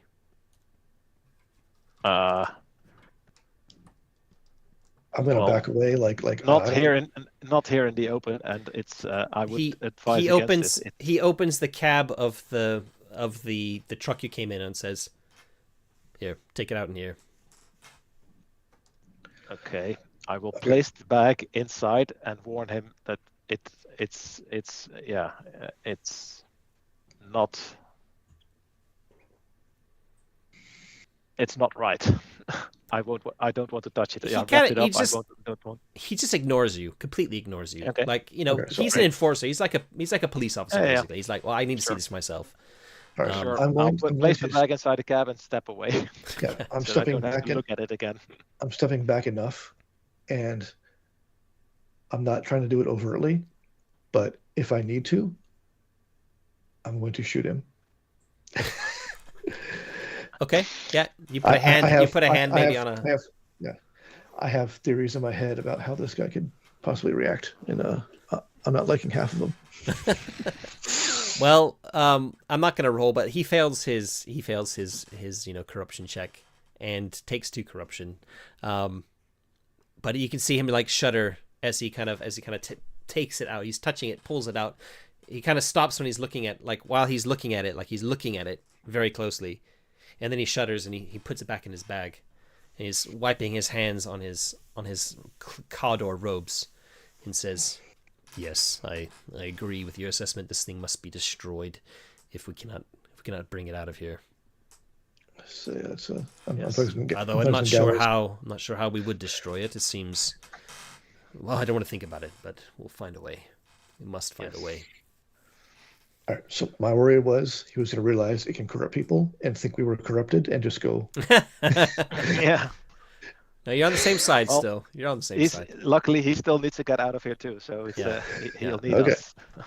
He might be really happen when we get back to the arbiters. with our luck, he's a die for the cause kind of. So the enforcers in Necromunda are notoriously corrupt. But this guy works for the Arbiters. I'm not sure how.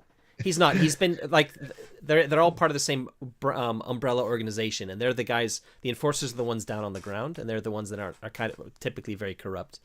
But yeah, not necessarily. It doesn't mean corrupt. Doesn't necessarily mean like they're heretics or anything like that. But right. Yeah. Right. Oh, he's just not necessarily like a good guy potentially. A few solars makes him look at the neighbors instead of you. Yeah. Yeah. Okay, so you want to go to a bar, look for a watering hole. Yep. Okay.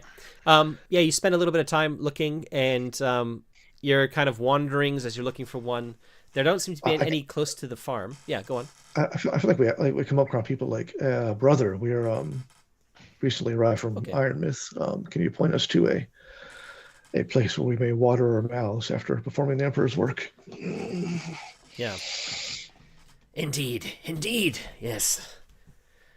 The I can't think of a bar name off the top of my head. Something with the word gorge in it, anyway.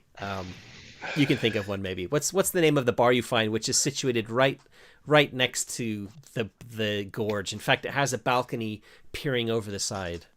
The Holy Outlook. The Holy Outlook, right? Or Overlook. Sorry, Overlook. Holy Overlook. The Holy Overlook. Yeah.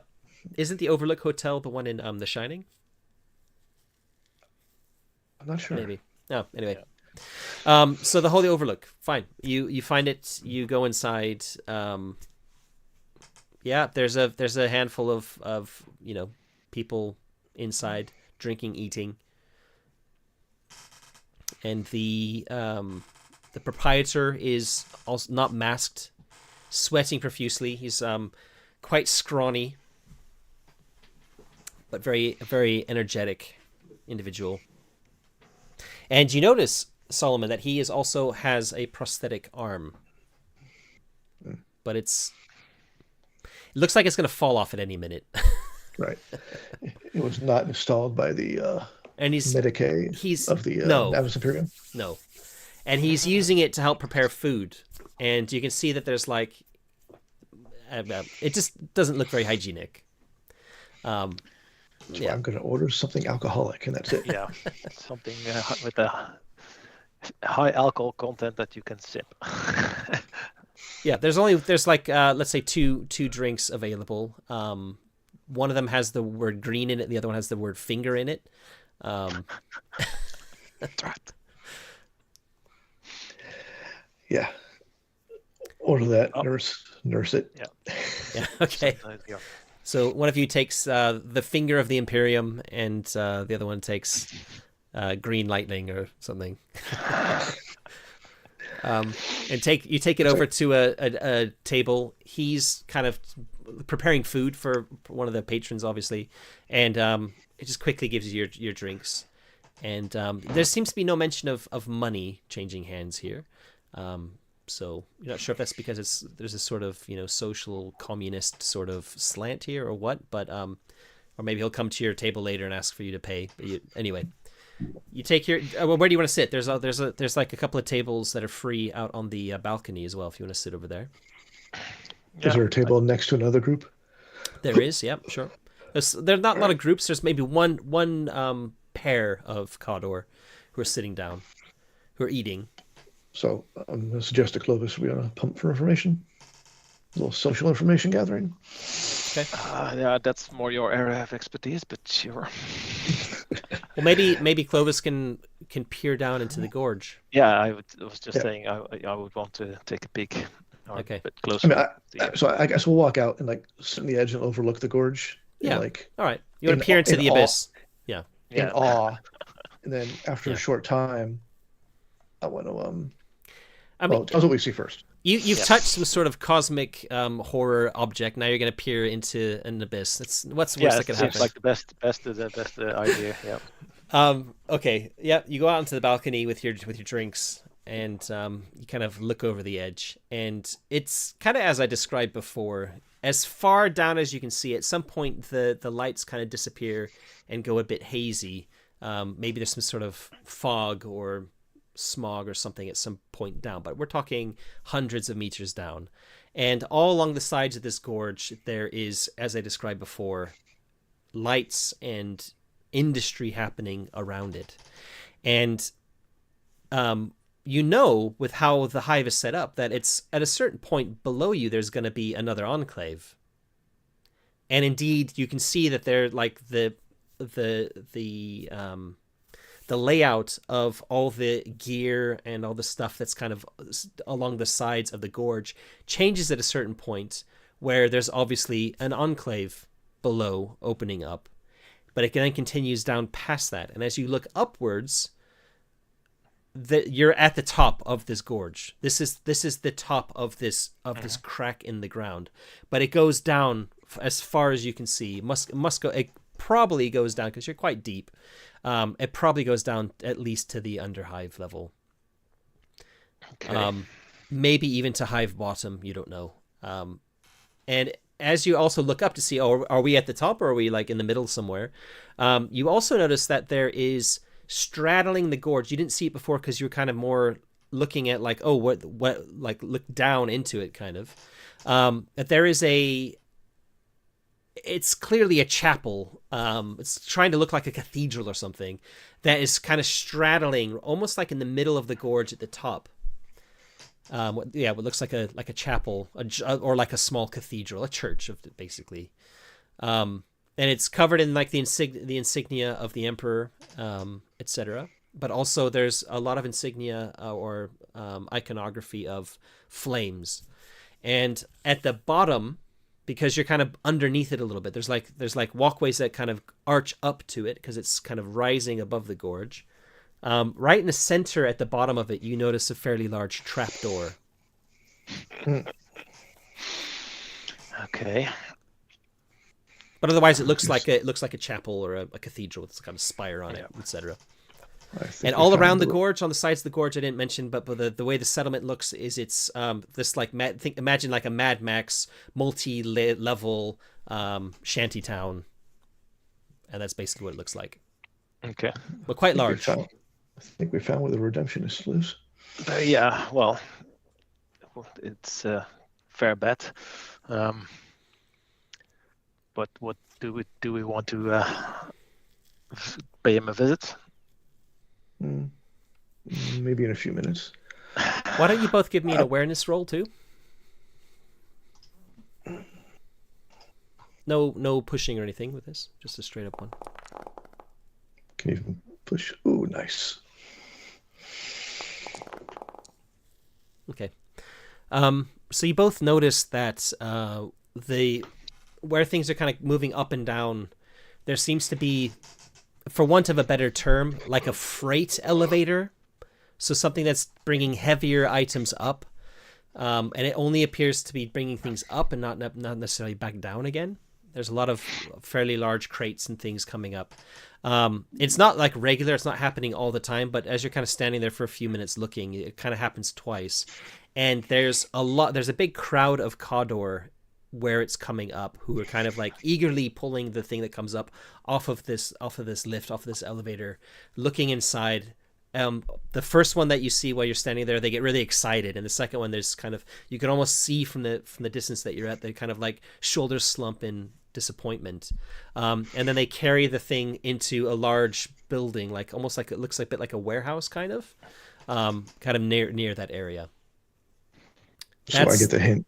That's the one. That's the one thing that kind of looks a bit different, other than like just the flow of trade goods and people and stuff like that.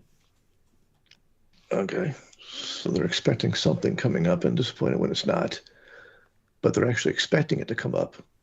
So something's coming to fruition. Anyway, so that's what you see. Yep. Then Mike, Solomon's gonna go back in and see what he can find. You said there were some other guys on the balcony too?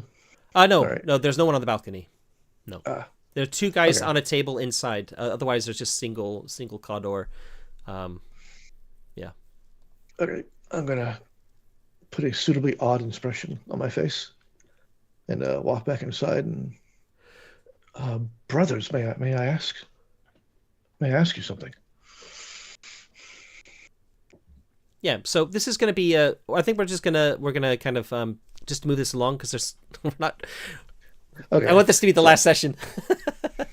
Got it. So I'm basically gonna try and rapport inquiry is exactly what you're doing, which is trying to get answers out of people via gossip, friendly conversation, etc. Yeah. I'm like, yeah, we're from Iron Myth. We haven't been in the gorge in quite some time, and things look awesome. Like, what's happening? That kind of stuff. Sure. And I'll just for shits and giggles, I'll make it an opposed roll with which is what it says, discipline or presence. So either discipline, composure, or presence, intimidation. I'm gonna burn a fate and make that a. Okay. Oh, yeah. I think you have to decide before I roll. Actually, technically. I'm just gonna do it. I don't think so. No? Oh, maybe you can do it after. Okay. Yeah, I thought so. I think it was because I did it after last time too, I believe. All right, then don't do it yet. Let me roll the skill here. I don't remember how that is in the book. And I don't think it's discipline. I think is it presence or discipline? Ooh, I think it might actually be discipline because they're kind of like talking about. They're being asked for stuff they probably shouldn't necessarily be talking about. Maybe. So I'll roll discipline. You have to do it before I roll for advantage. I probably should have done that actually. Well, I guess now is the point you could spend a fate point if you wanted to. They got a -3, and it's exactly the same margin of error, so that's not actually a success. They cancel each other out, kind of. So the way we'll say this is before you decide whether you're going to spend the fate point or not. As you start talking to them, they kind of are a little bit reserved with like the questions you're asking. Maybe you're not asking the right questions in the right way. Maybe you're still trying to get a feel for this sort of thing. I'm gonna fate reroll. Yeah, okay. I was just saying straight reroll would. Oh my god! Now I'm for the Emperor. It seems like every single time you've done that. Let's do this a bit differently. I have a feeling there might be something wrong with the coding because it seems like it is almost always the same number or like 1 or 2 points different. I don't think it's ever fate rerolled with a positive result, has it? I don't think I have. No. No. So why don't you actually physically just reroll like inquiry again? Got it. Okay. Let's do that like for the rest of this session because I don't trust that it's working properly. Okay. Oh my god! Oh, I'm still +2 on that. So yeah. Exactly.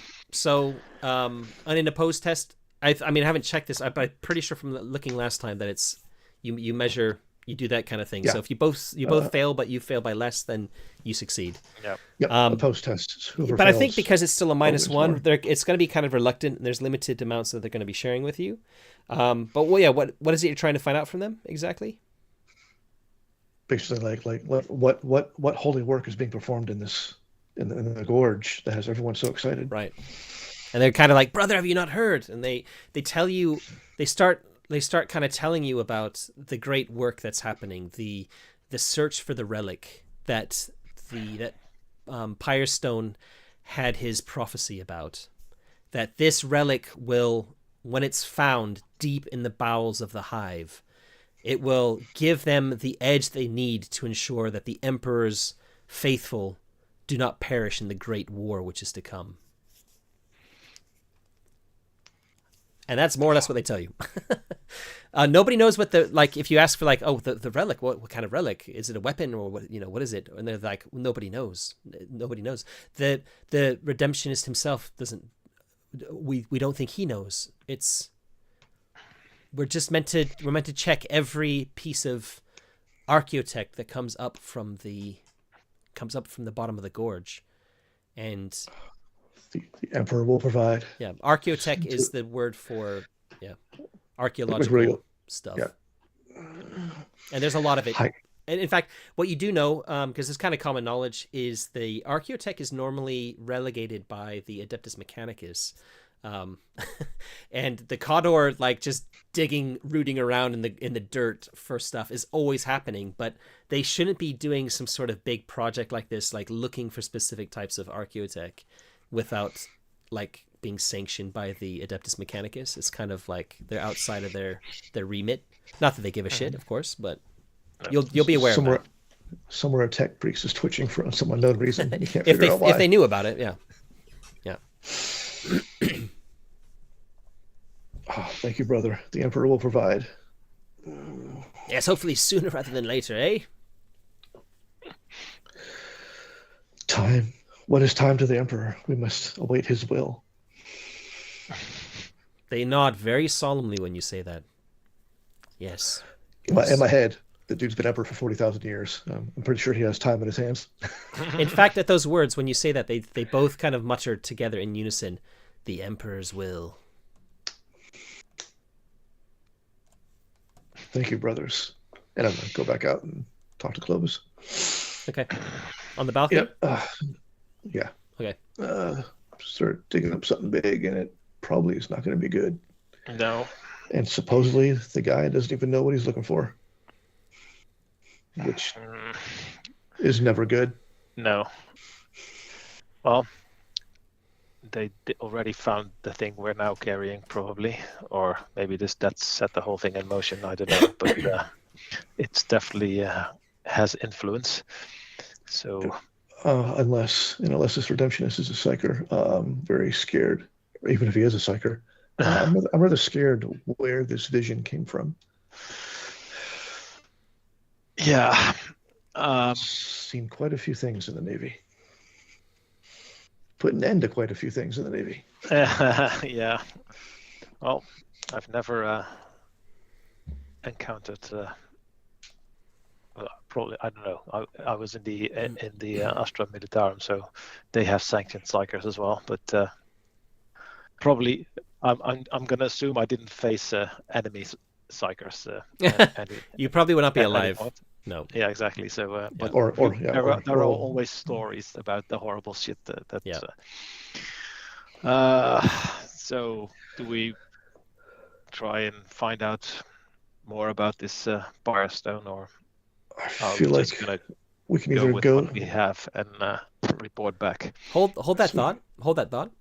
As soon as you ask Solomon that question, your attention is drawn to one of the walkways going to the chapel, the closest one to where you are, and a Cawdor is sprinting as fast as he can up into the chapel. Oh, crap. I look back at where the freights were coming up. Is it an excited anthill? This isn't kind of. This is on the opposite side of the gorge. It's on the okay. where the crates are coming up. The crates are coming up that like freight area. That's on the opposite side of the gorge to where you are, and this is actually the closest one to where you are. There's like multiple walkways. There's like maybe 4 walkways going into the chapel. Okay, this is not excitement. It's not excitement for something they found in the gorge. This is an alarm for something they found in the probably. Yeah. So, okay. So, do we sprint after him, or do we just? Oh, I mean, as he's on the walkway and he's going to be in the chapel before you. No, sure, but then we can. Yeah, we have no idea how many will be in there. So right about now, a sniper rifle will be handy. Just casually assemble your sniper rifle and shoot the guy off the runway. Sure. Yeah. Okay. I think we need to find Eli, and well, maybe not even find Eli. We need to get out of here. Find a way out. Maybe Eli is probably the one that can tell us a way out. You had there was the enforcer with you too. I keep forgetting. Yeah. He's just kind of quiet at your side. Yeah. Anyway, yeah. Well, we'll include him in our conversation. In fact, we'll say the whole time he's been kind of just leaning. He didn't order a drink. He's just leaning on the balcony, kind of watching what's happening around the gorge. Yeah. The whole time.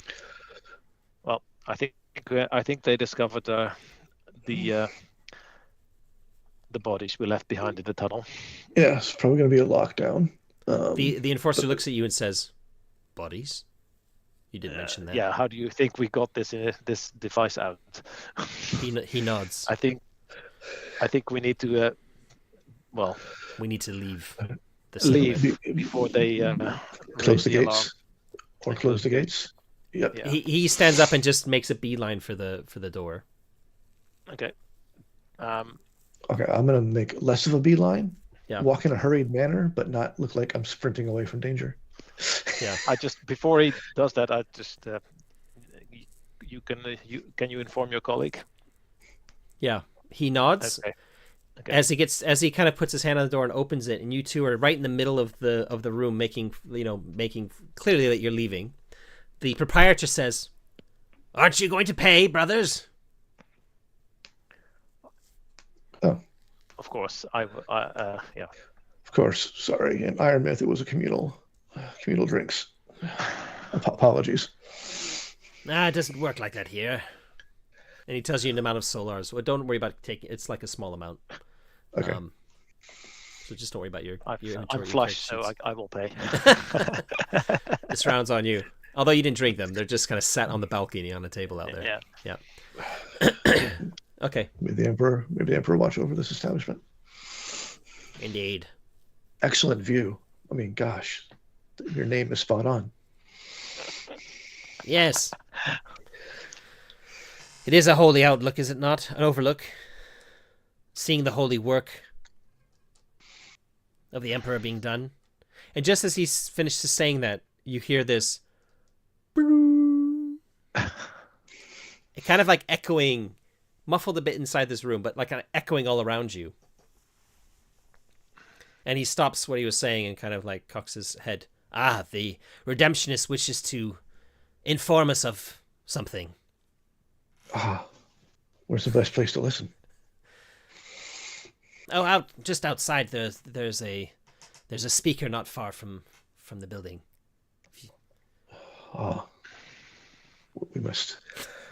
We must go and await the word from the Redemptionist. Yeah, the holy word. You're just stepping outside, and I'll say a couple of the patrons also step outside with you from inside. When the voice starts to speak. And I haven't got a script or anything, and I don't want to make it up on the fly because it's not going to sound very good. But basically what is said is, brothers, it has been brought to light that some heretics have infiltrated our sanctum here.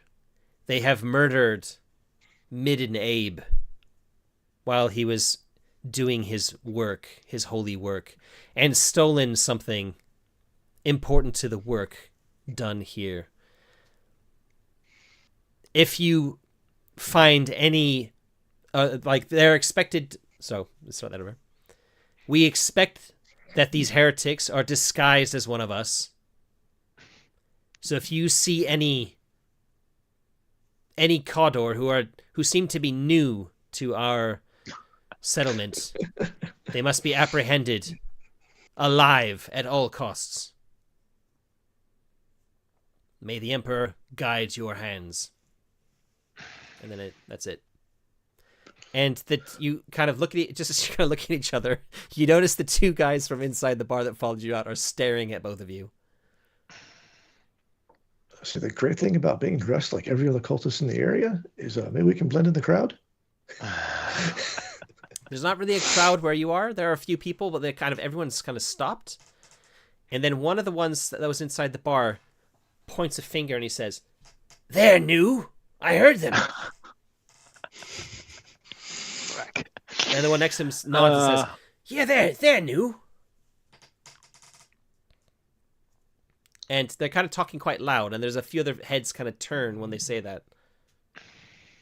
You've got a moment to tell me what you want to do. Yeah. How you want to react to this? So this place is a shanty town, right? So I'm picturing cyberpunk sprawl, like narrow alleys, twisty streets. All right. I'm going to take a quick moment to get a sense of direction bearings. Like we want to go that way, but we're going to do it like this. Yeah, and, I got you. Yeah. You're going to shake off the pursuit. Yeah. So Clovis, that alley, take lead. I got the back. Okay.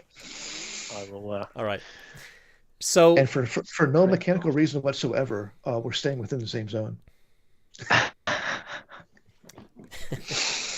As each other, relative to each other. I'm going to. I need to take a quick comfort break, and sure. When we come back, we're going to do the pursuit. We're going to dip into the pursuit rules, which is like the chase rules for this. So I need to bring them up so I'm up to speed. I did read them before, but I need to check them over again so that it runs nice and smoothly. If you want to look them up too, they're on page 204 in the book. But yeah, we'll take like a 5-minute break. I need some water as well. And then the Enforcer's coming with us, obviously. Yeah, of course. Yeah.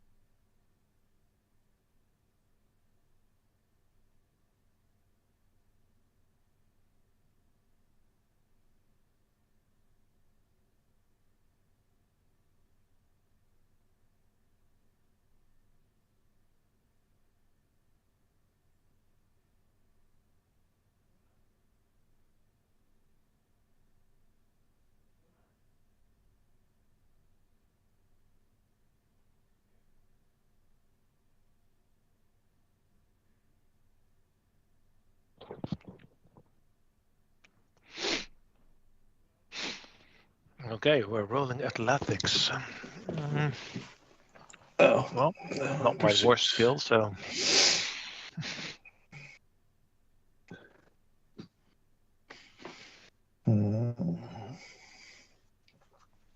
Once we're doing it as a group, so I'm curious how it's going to work.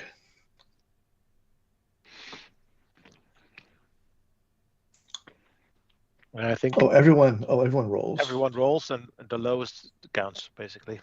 Oh, lowest and highest of each side. Got it. Yeah.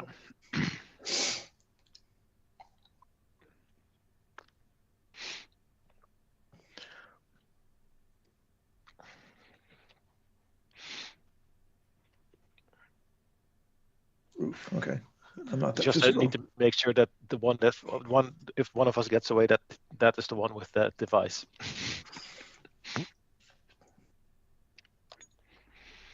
If all else fails, just try and lug it over the side of the gorge and hope it's destroyed on impact. It's a few 100-meter fall. Yeah.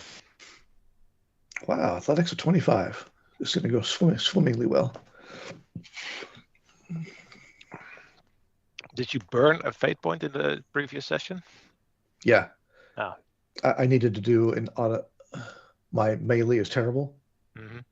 Right. So I was talking to a guy who was working in the shop that was closed, a Cawdor, and I used Gothic gibberish to basically like stun him into like not being able to like be like, what are you doing here? Like what? Go away! And I'm just rattling off at him, and I managed to like. This happened to me in real life before, where like it's a bad thing, but whatever. Basically, I distracted the guy enough that he wasn't aware that I was getting him off the street into his shop. Mm-hmm. And then I needed to do an automatic immediate takedown with like no alarm cry or whatever. So I burned a fate to basically get a critical success on like a melee attack or a grapple attack. Yeah. To just take him down immediately and choke him out. Because I was not going to risk rolling a where's melee? Melee. Yeah, 22. 22. Okay, yeah. So I rolled a 1. I rolled a 1. Yeah. Oh, my melee is actually 35. It's not that bad. So ironic, as an officer, I carried a sword. Yeah. Well, it's a badge of rank, or it's yeah. Okay, I was an officer in charge of like leading boarding parties for and boarding. I commanded people to do stuff. I didn't do them myself. Oh, so yeah, if you burn the fate point, you have to do it before you roll the dice. Okay. Rather than roll, so I suppose it's yeah. I gotta remember you can spend a fate to get advantage on a test too. Yeah, I keep forgetting that, but I don't know. My math is not good enough to determine if it's better to have advantage or just use the reroll. So depending on how your skill is, I suppose. But I mean, the better part is if advantage, you get the 2 rolls at once. But if you do the reroll, then you're effectively doing advantage after the fact. So you might not need to spend it. Because you succeed the first time, you don't need to spend a fate. Yeah.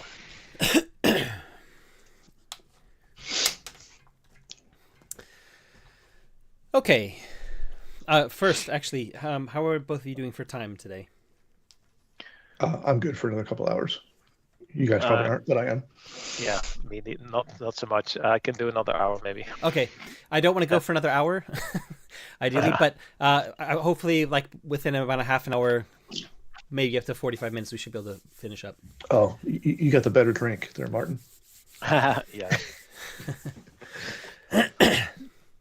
Matt, you have frozen in video. There we go. No. Okay. No. On OBS, I'm running normally, so that's the important bit for me. Okay, so the first thing that we need to do with pursuits is to determine like the distance, and for that I need to know exactly where you're going to. What's your destination? Is this the starting distance or just where we want to end up? Yeah, so to understand the distance, I need to know your endpoint. Like where are you trying to get to?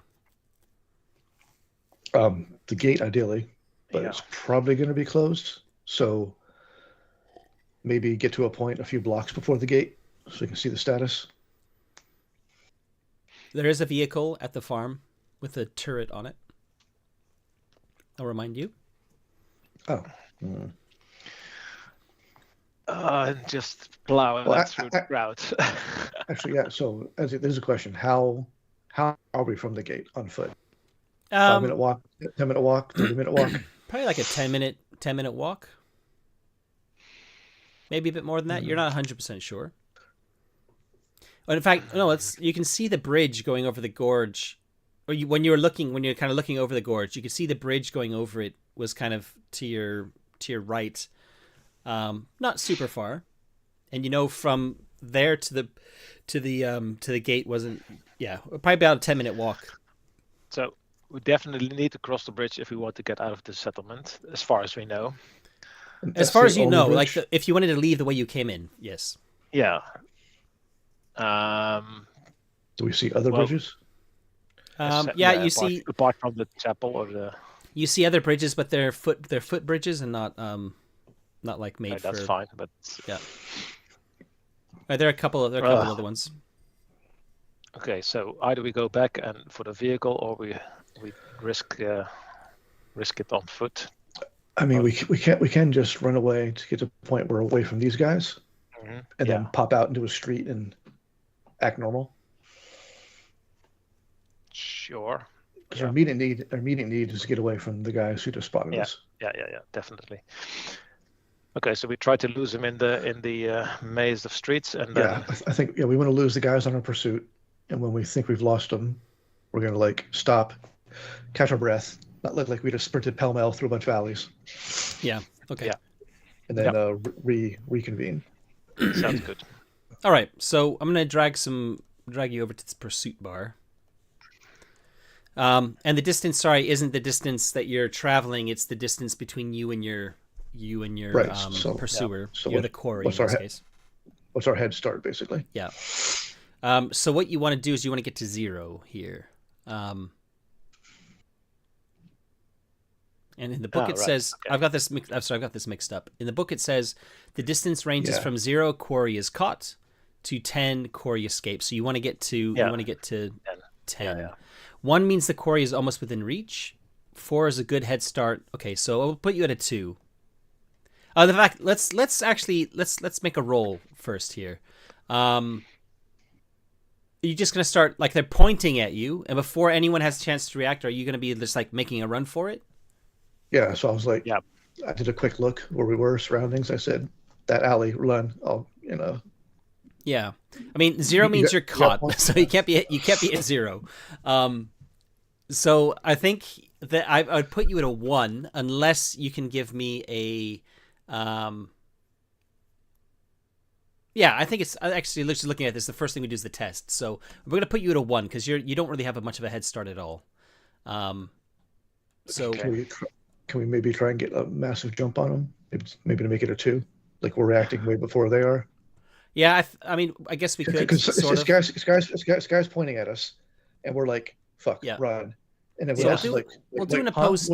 We'll do an opposed roll. We'll do their probably their reflexes, or it's gonna be their reflexes, which is gonna be like how quickly they can like spring after you, and for you two, it's gonna be athletics. I think it makes sense. So your speed at getting away before they can react to you. So athletics versus reflexes. And I think the way we'll do this is we'll have both of you, just to make it a bit, make it a little bit fair on the two of you. We'll have both of you roll, and I'll take the better result. How about that? Okay. And then we're going to do it by the book from here. So you'll take the better of a terrible result. Got it. Well, that's not too bad. We'll definitely take the +1, I think. Yes.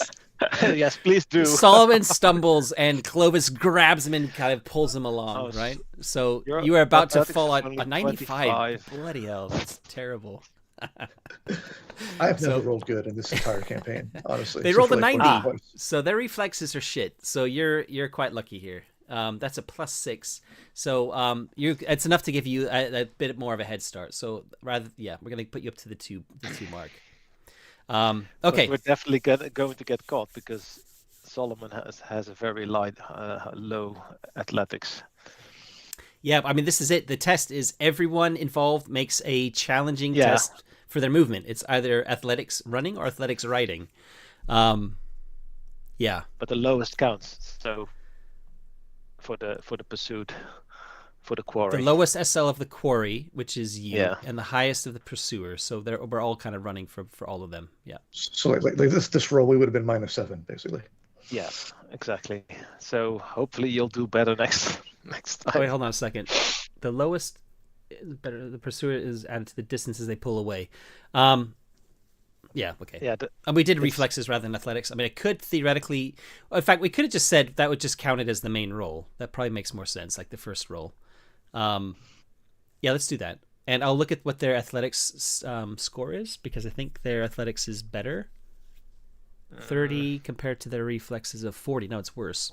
So they would have actually had a -6 there. So we're looking at the lowest. Say that again. Or the lowest of the quarry, which is the -7. Yeah. Okay, no, I'll play this in your favor. We're gonna play this in your favor. Otherwise, the campaign's gonna be over very quickly. Okay. But we'll see. But I think we'll be caught in 1 or 2 rounds. But we'll see. I mean, this is where your fate points. You can burn fate points here too. Remember? Oh, I know. But you have to do that before you roll. So I want to narratively ask if we can possibly do something like find like a tight alley and maybe use a dexterity occasionally to like. Yeah. Or like, we knock something behind us and like jump over it. I mean, I've created my own chase rules for the games I've created, and this seems relatively like you're just spamming athletics all the time isn't very exciting for anyone.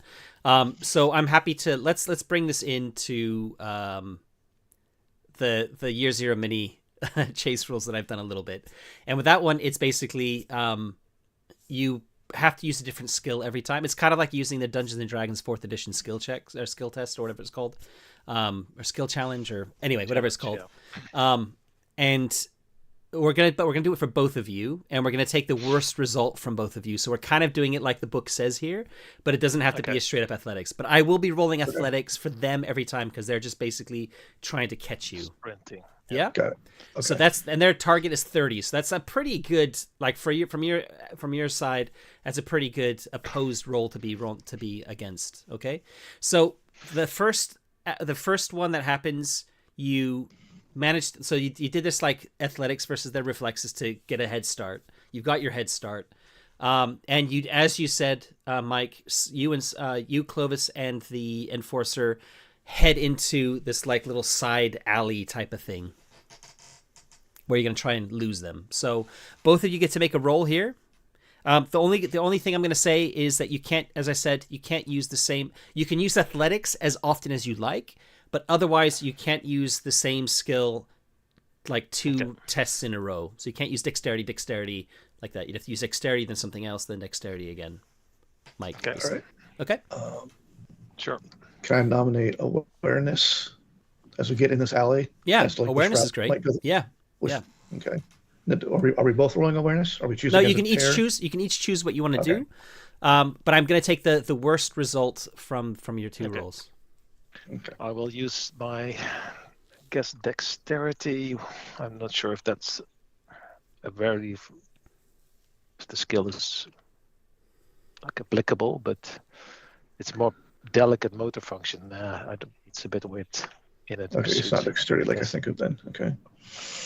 I think I will use stealth to dexterity, like you're thinking of, Mike. I think is the reflexes. That's like agility. Yeah, I will use stealth to move into the shadows where they can't really see me. Okay. Oh my God. Oh, okay. Never mind. We both. This might be very short. We're taking your roll. Okay. Well, you move 1 ahead. Well, I mean, technically the rules say that everyone involved has to roll, but that sounds really ridiculous to me. Because one for the mooks sounds. Yeah, reasonable. and I'm not rolling for the enforcer either. I think he's just staying with you. In fact, I'll put his token there. Unless you want me to roll for him as well, but I'll be taking. No, it's fine. Don't do that. So we both flubbed, but they tripped on a porch or something. Okay. We'll just assume he will. If they catch us, he will cover our escape. Yeah. He'll sacrifice himself so he can escape. Anyway. Yes. It was Clovis's backpack, so Clovis has the artifact. Yep, I do. We can just press at that now. Okay. So at worst case, you need to get out of here. All right. I'm going to use reflexes then to like agilely dodge around obstacles and stuff. Yeah. Same here.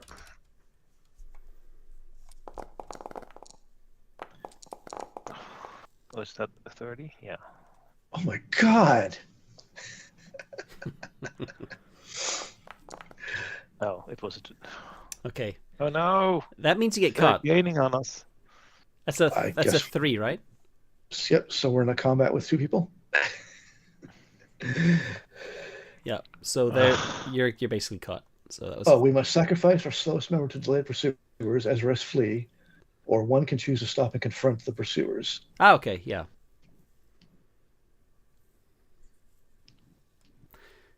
That's a good point. So you can use your area of authority to make the enforcer. Yeah. Say yeah, there you go. I'm gonna attempt to convince the emperor or the enforcer to take one for the cause. Give we me must get this. We must get this back to the arbiters. Make a roll for it. Rapport, I'm guessing. Yeah. It's in your area of authority. I think it's either rapport or. Oh, sorry. Or you're right. It's intuition or something. I can't remember. Yeah. Presence or rapport. Is it say it has to be it's like opposed? Because I think it probably makes sense to have this opposed. Sorry. I'll open it. It's fine. Well, this is the first time I meet a group. I'm trying to get influence with them, technically. You've already got the +1. I don't think you can use their authority here because you've already used it for these guys, haven't you? Yeah. You're right. And it's meant to be for the entire mission. So what you could maybe do can is I just make a rapport check to convince him, not using the talent, and he gets to oppose it. Yeah, and this is going to be, I guess, with discipline or rapport himself. Presence, it was. No, presence is going to be the one for sure, rather than, yeah. I mean, the skill, I think, is helpful. I have to look up tons of rules in the middle of a stressful situation. Skills. And if you can target, actually, that'll work. If you can try targeting the enforcer, it won't work unless you're in combat. Oh, no, it might work. Like, hover over him and hit the T button, the T key. And he's targeted. Okay, then when you roll, I think it'll show in the thing that it's an opposed roll, I think. Doesn't look like it. You might get a prompt to roll the opposition. Yeah. Yeah, I'm getting a prompt. Defending against. Yep. Okay, yep, cool. So he's going to do a presence test. Ooh, -3. Oh.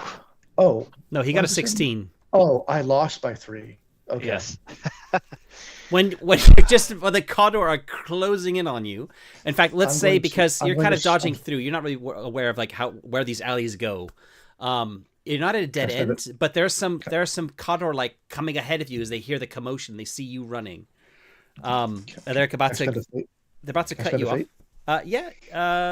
Let's just double check how that works. To reroll, spend a fate, not burn a fate. I want to do my reroll. You want to reroll? Okay. My rapport to convince the. Yeah, you can reroll for sure. For sure. It is important for him too. I'm gonna do a straight reroll. Yeah. Because we decided. Yeah, okay. Yeah. It's my last fate. Look at that! Holy crap! Wow. I was not expecting that. No, okay. I was just gonna say, maybe you should have burned one, but yeah. You're wow. not allowed to, so, okay. Yeah. He's best like ever. He kind of he has a shotgun as well, because it's kind of what they're armed with, and he kind of sees they're coming. He's kind of running with it in his hands, and when you say that, he kind of points it roughly towards you as if like, no, fuck you, I'm gonna shoot you, leave you behind. But then he kind of nods with that one. I mean, it's ridiculous, and he spins around and he just starts shooting into the crowd. And they kind of scream and like scatter a bit as he's like, pumping his shotgun and firing at them, and you two kind of continue on.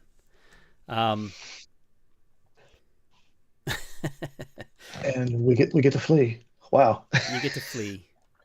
Yeah. So basically somebody is like left behind for the crowd. And as you disappear around a corner, you just see him all of a sudden, like from two different sides, two Condor jump on him and drag him to the ground. And then you're kind of home free. As you say, you get into a crowd, and like because there's a lot of commotion going on.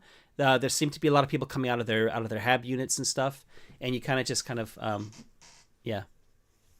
mingle. So how are you going to get out of this place? We can mingle our way towards the gate. Yeah, easily. Yep. How's that work for you? Yeah, that sounds good.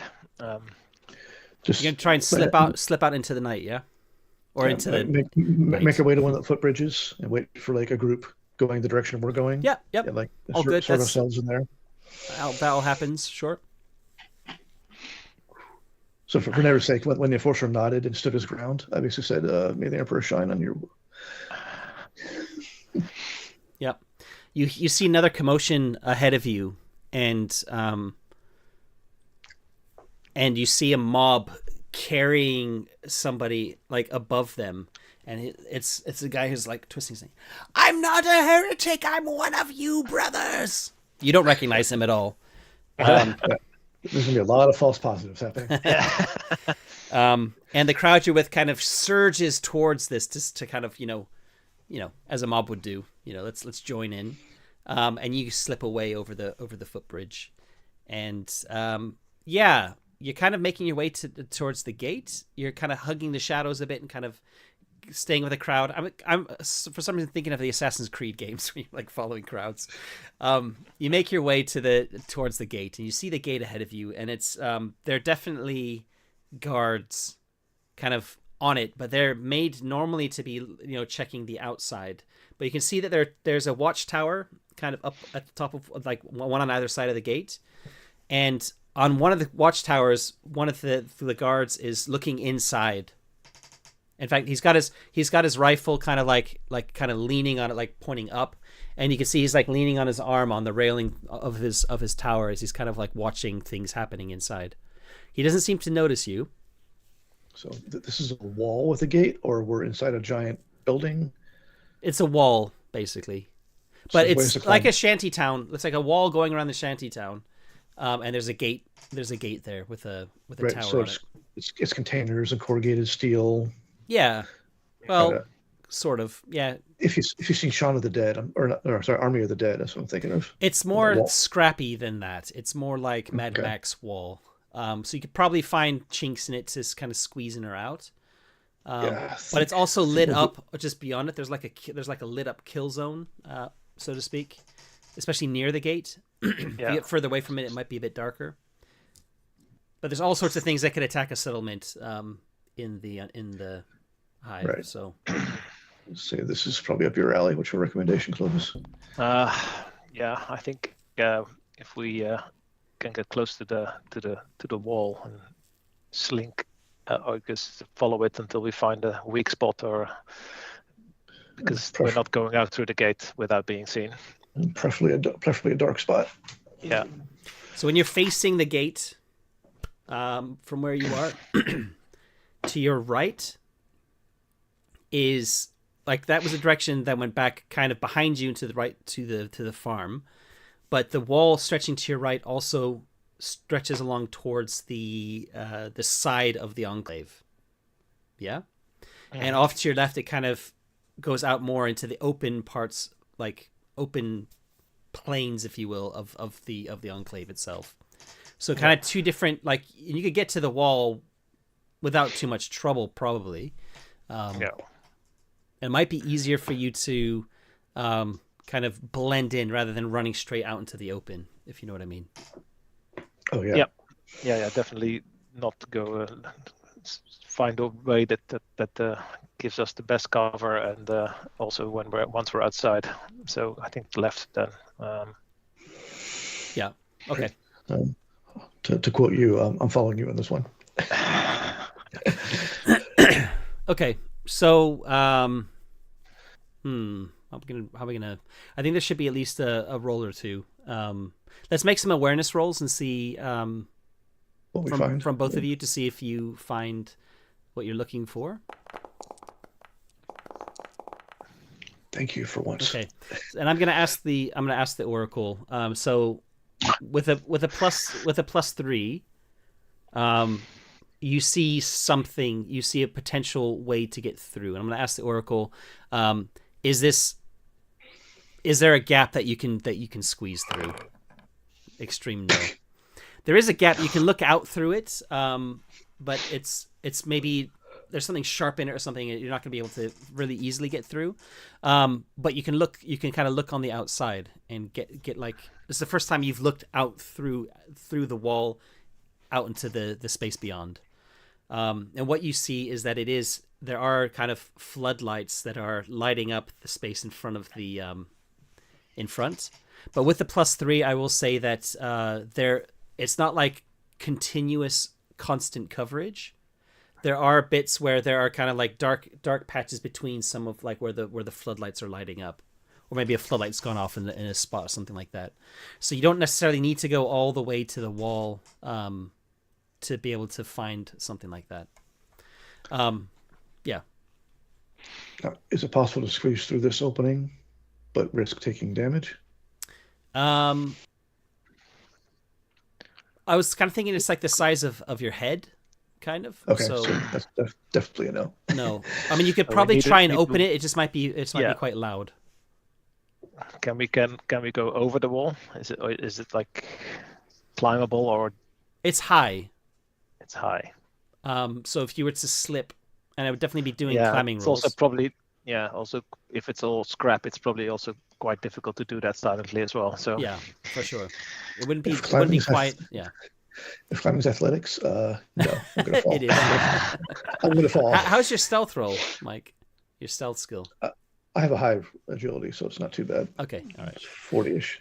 So you continue along a little bit further. Give me another awareness test, and this time give me a plus. You can get a plus 10 to it. Is it plus 10? Oh, right.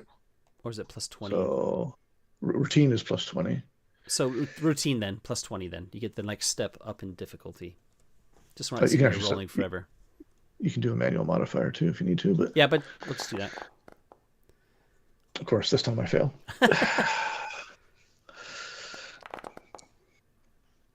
Wow. Jesus. Wow. What? Okay. I'm gonna re-roll this, I think. Because I'm just trying to think how to make the failure interesting here as well. Well, first let me re-roll because okay. All right. I have all my fate left. So. Yeah, I'm out. Oh, you only had 2 to start with, of course. Yeah. Oh, that was... What? All right. You hear voices from somewhere. You can't really tell exactly where they are, but because it's like a warren all around here. And while you're following the wall, sometimes there's buildings up against the wall, and you have to kind of go around them. It's not super straightforward. But you see ahead of you a gap in the wall. But there's also a group of armed Cawdor, let's say 3 of them, who are kind of looking really angry outside of a house that's kind of facing this gap in the wall.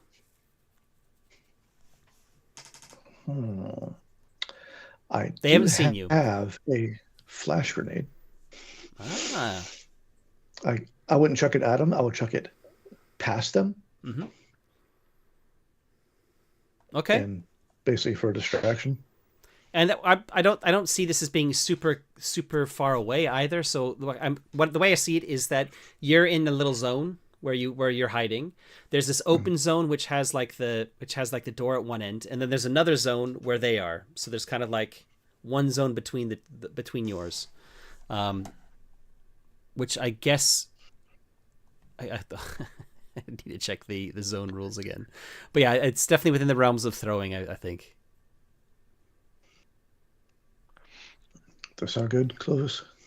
Yep, that's probably distraction. Jump out, and then I'll rely on your navigation to keep us in the shadows. Good. I will. Just to be sure just on the safe side, I'll take out my silenced revolver. So if we need to, I can shoot them without. They're actually long range, according to the rules. Yeah. Okay. Short range is in the same zone that you occupy. Medium is in an adjacent zone, or long range is up to 2 zones away. So to be clear, is it us open area to door and then they're here, or it's us, them, then door? No, it's you, then open space with the door, and then they're on the other side. Does that make sense? Oh, they're outside the wall. No. Oh. So we have to crawl. So they're opposite. So if you imagine like you're following with the wall to your left, as you've been looking for a gap, you're now see up ahead of you. There's a gap in the wall to your left, but just beyond it, there's a group of Cawdor who are kind of like maybe facing your direction. So if you ran for it, you could probably make it there before they realize what's happening, but they're going to see you. Okay, right. So can I chuck the grenade away from the wall, so their attention is drawn away from the opening in the wall? Yeah, I think that could make sense. So I'm not trying to throw it at them. I'm just trying to create something where like, what the hell, and like everyone. Yeah. Do you have the stats for the grenade in front of you? Yeah. Like what's the range on it? Oh, I think grenades have a generic range. Like I think it's under like the grenade rules. Range is medium. Okay. So that'll work. That's adjacent. So it's kind of adjacent to them and adjacent to you. And what does it say here? Just it hits a zone, all creatures in that zone or blinded. So it kind of so according to the rules, it needs to be in their zone. But I don't see this as being quite so wide. So maybe we should like reduce the number of zones down a bit and say that the area you need to get to is in your zone, but it's like at the other end of your zone. That makes maybe a bit more sense. If they're actually blinded, you could throw it into their zone, and we can wear or even just drop it in our own zone. And if we wear our photo visors, we probably will be fine. Like, okay, yeah, I think we should probably put our visors on in case I flub this. Yeah. Oh, that's true. So move into the next zone. They'll see you, and then you can kind of either throw it at them or drop it where you are. Yeah, the only difference is they will know we were there. So I prefer not being seen personally. Okay, yeah, great. I think I've drawn this in my head, and the way I've drawn it, the zones are too cramped for how range works. In my head, it's definitely throwable. Like you can throw it to where they are, especially considering it's a medium range throw and not a short range one. So we'll just ignore what I said about the zones. They're in the neighboring zone to you, and you need to throw it in there. So. I guess the throw is to land it where they are. Does it just automatically go off? I'm trying to find that. There's attack. There's grenade rules. There has to be a grenade rule somewhere. I mean, it does. It is a ranged skill associated with it. I was expecting to see like a scatter diagram or something, which isn't there. So it's fine. Just go ahead and. I'll do a search for grenade in the PDF. You take the attack action. Okay. Ranged attacks. Throwing a frag grenade is a ranged attack. Okay, so you make your ranged attack. Range. All right. This could go bad. If you fumble when throwing a grenade, the GM might determine it lands in a randomly chosen adjacent zone to your target. It says on page 213. Anyway, go ahead and make arranged. Are you putting your photon your visors on first? Oh, definitely, yes. Yeah. Okay. Especially because we're about to go and like try and navigate through darkness. Yeah. All right. So go ahead and give me your attack roll. Okay. Come on. I mean, this might have been one of the places where you would have burnt one of your last fate points. May have been. Okay. So it's a failure. It's not a fumble though. I guess what we're doing is we're taking the -4 and we're rolling we're taking that as an SL level against their reflexes test. That maybe makes the most sense to me. So they're making a reflexes test at -20. Yeah. All right, let's see what we get. Oh, they rolled very badly. Okay. So it only lands in an adjacent zone if it's a fumble, which you didn't roll. Okay. So I'm assuming that then means that it's because it's the way it's worded is that it's kind of the supposed roll against the reflexes. So although you don't really throw it very, very well, it's enough that they're blinded for 3 rounds. Great. So you throw your flash grenade. It kind of bounces at their feet. They kind of like look down at it and then. What's that? Nice. And the two of you sidle out of this little gap in the wall. Yeah. And just to bring this to try and bring this session to a close, we'll just say you managed to successfully get out of Salvation Gorge. You make your way by foot eventually back to which settlement? Well, the Arbiters and Iron Myths. I'm guessing we'll probably get to the Pipe Road and try and hitchhike. Okay. If people... I mean, there is traffic kind of that's going to be going along. You're dressed like Cawdors, of course. Which will limit who might stop to pick you up. But yeah, for ease of keeping things flowing, you manage to hitchhike with someone who demands a payment for taking you, which of course we still had the badges, right? For you do, yeah. But I don't want to go into the whole role play of it. Let's just say that you have to kind of grease the wheels of progress and eventually make your way back to. Well, let's say that they're going to Rustgate. They'll take you to Rustgate or drop you off on the road off to Ironmouth. Oh, if we get to Rustgate, we'll requisition a ride from the Factorum. Okay. Yep. So you get back to Rustgate. You make your way to the Factorum, and when you get back to the Factorum, you're kind of what's the name? I can't remember the name of the guy. Got it here somewhere. The overseer for that settlement. Not Kalis, Titus, or Orsond. No, that was an enforcer. It was Oh, you're right. Lev. No, Lev was for Ironmouth, right? No, manager of Rustgate Factorum. Oh yeah, why have I got? Oh, admin overseer. Yeah, right. I'm looking at the wrong place. Yeah, Corpse Guild, Rustgate overseer, Lev. Yeah. So Lev is there, and he kind of wants you to tell you what's going on, but doesn't press it if you don't want to, if you're kind of in a hurry and don't want to really explain what's going on to him. No, we just want a change of clothes, and we'll fill you in when we get back. Yes. Suffice to say, you're short a couple. You're short a couple consorts.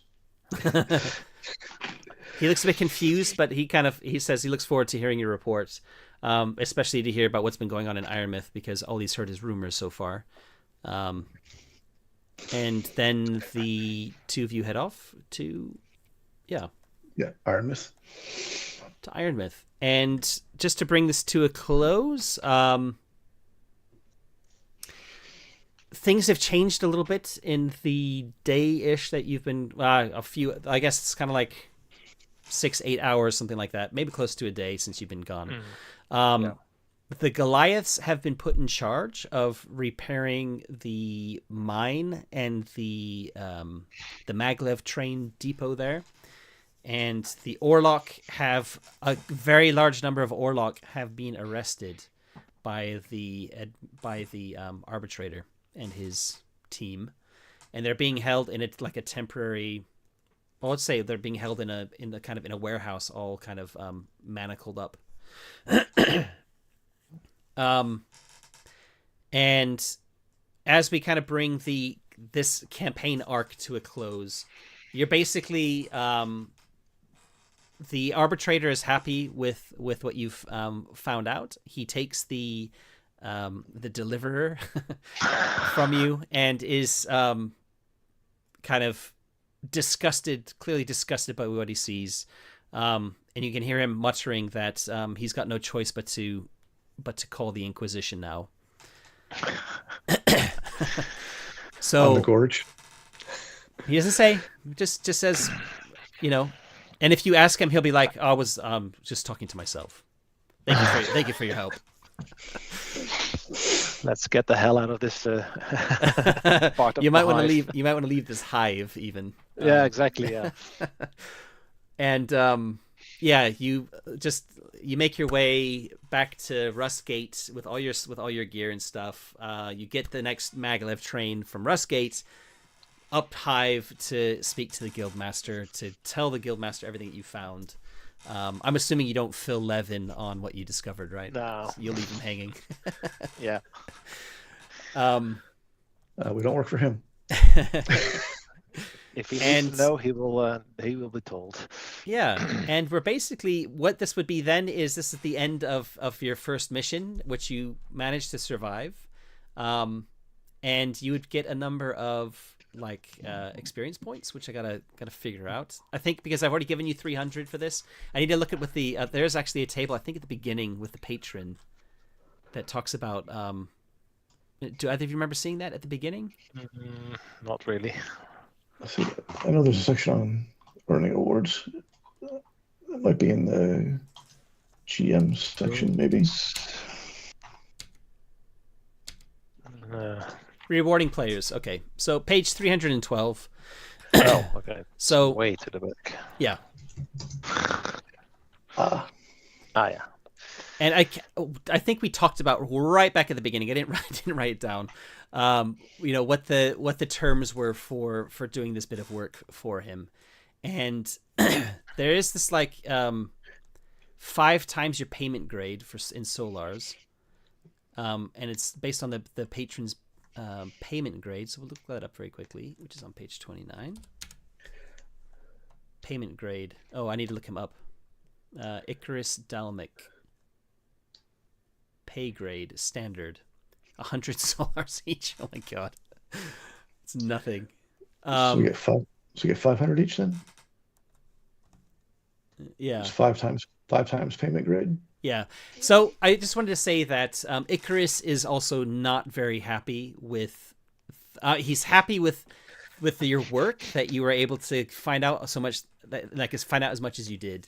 He's not happy that the Arbites got involved. And there's just a lot of gossip happening about what's going to happen to this hive. A lot of people are trying to leave now. Yeah. And therefore he's giving you the bare minimum of what he has to give you, because he feels in a way that you might have kicked the hornet's nest a little bit, but he doesn't really blame you for it. So I'll give you an additional 100. In fact, not 100. Let's give you 90, because it says 50 to 80 XP for a session. You both are sitting on like 10 XP, I think. So yeah. We'll just round it up. And the way you do that is you just in your character sheet, you just go to your main tab where it says total. You just increase that by 90, and then yeah. For I still have 110 in the available, because I didn't know how to spend it for a talent. Level 2 for drilled. It's under. Yeah, you got to go up to advancement at the top of your sheet, and then items, and it's an item. So you have to drag the talent as an item into that bit. Doesn't matter. Yeah. Well, anyway. Yeah. So 90. That's fine. And what I think we could do is items drilled. Can I change that? No. Yeah, okay. Doesn't really matter. So that's the first arc of this campaign finished. We probably will not be coming back to this campaign, because it takes a lot of effort on my part to GM, because I do quite a bit of prep. But also in this case, I'm creating my own setting in a way. I'm not using anything from the books. I'm creating my own campaign in terms of like the sandbox and everything else. If I was doing something pre-written where I could just look stuff up, it would be a lot smoother and quicker. And as a result, it just takes a lot of time, and I've had to park a lot of other things that I could have been doing to do this. So starting in January, my plan is to start doing other content that doesn't involve me GMing, which means we're not going to have a season 2 of this campaign potentially for a long time. But it was a lot of fun. I learned a lot in terms of running an investigative sandbox, which is kind of challenging in its own way. I've never done one before. My sandboxes are usually a bit more typical adventurous sort of things, and investigations are usually pre-written or fairly linear. So yeah, this was something new, but I had a lot of fun. I hope you did too. Yeah, definitely. And thanks, gents. And I'd love to hear in the comments what you thought from watching this. If you made it all the way to the end, that's great. Yeah, let me know what you think about anything. You can ask questions. I'll answer them in the comments. Head over to the Discord channel. There'll be a link in the description where you can engage in an actual chat conversation with me. I'm in Discord every day, unfortunately. And yeah, that's it from us. So thanks very much again for watching. And yeah, catch you in the next video. Thank you. Thank you. Bye.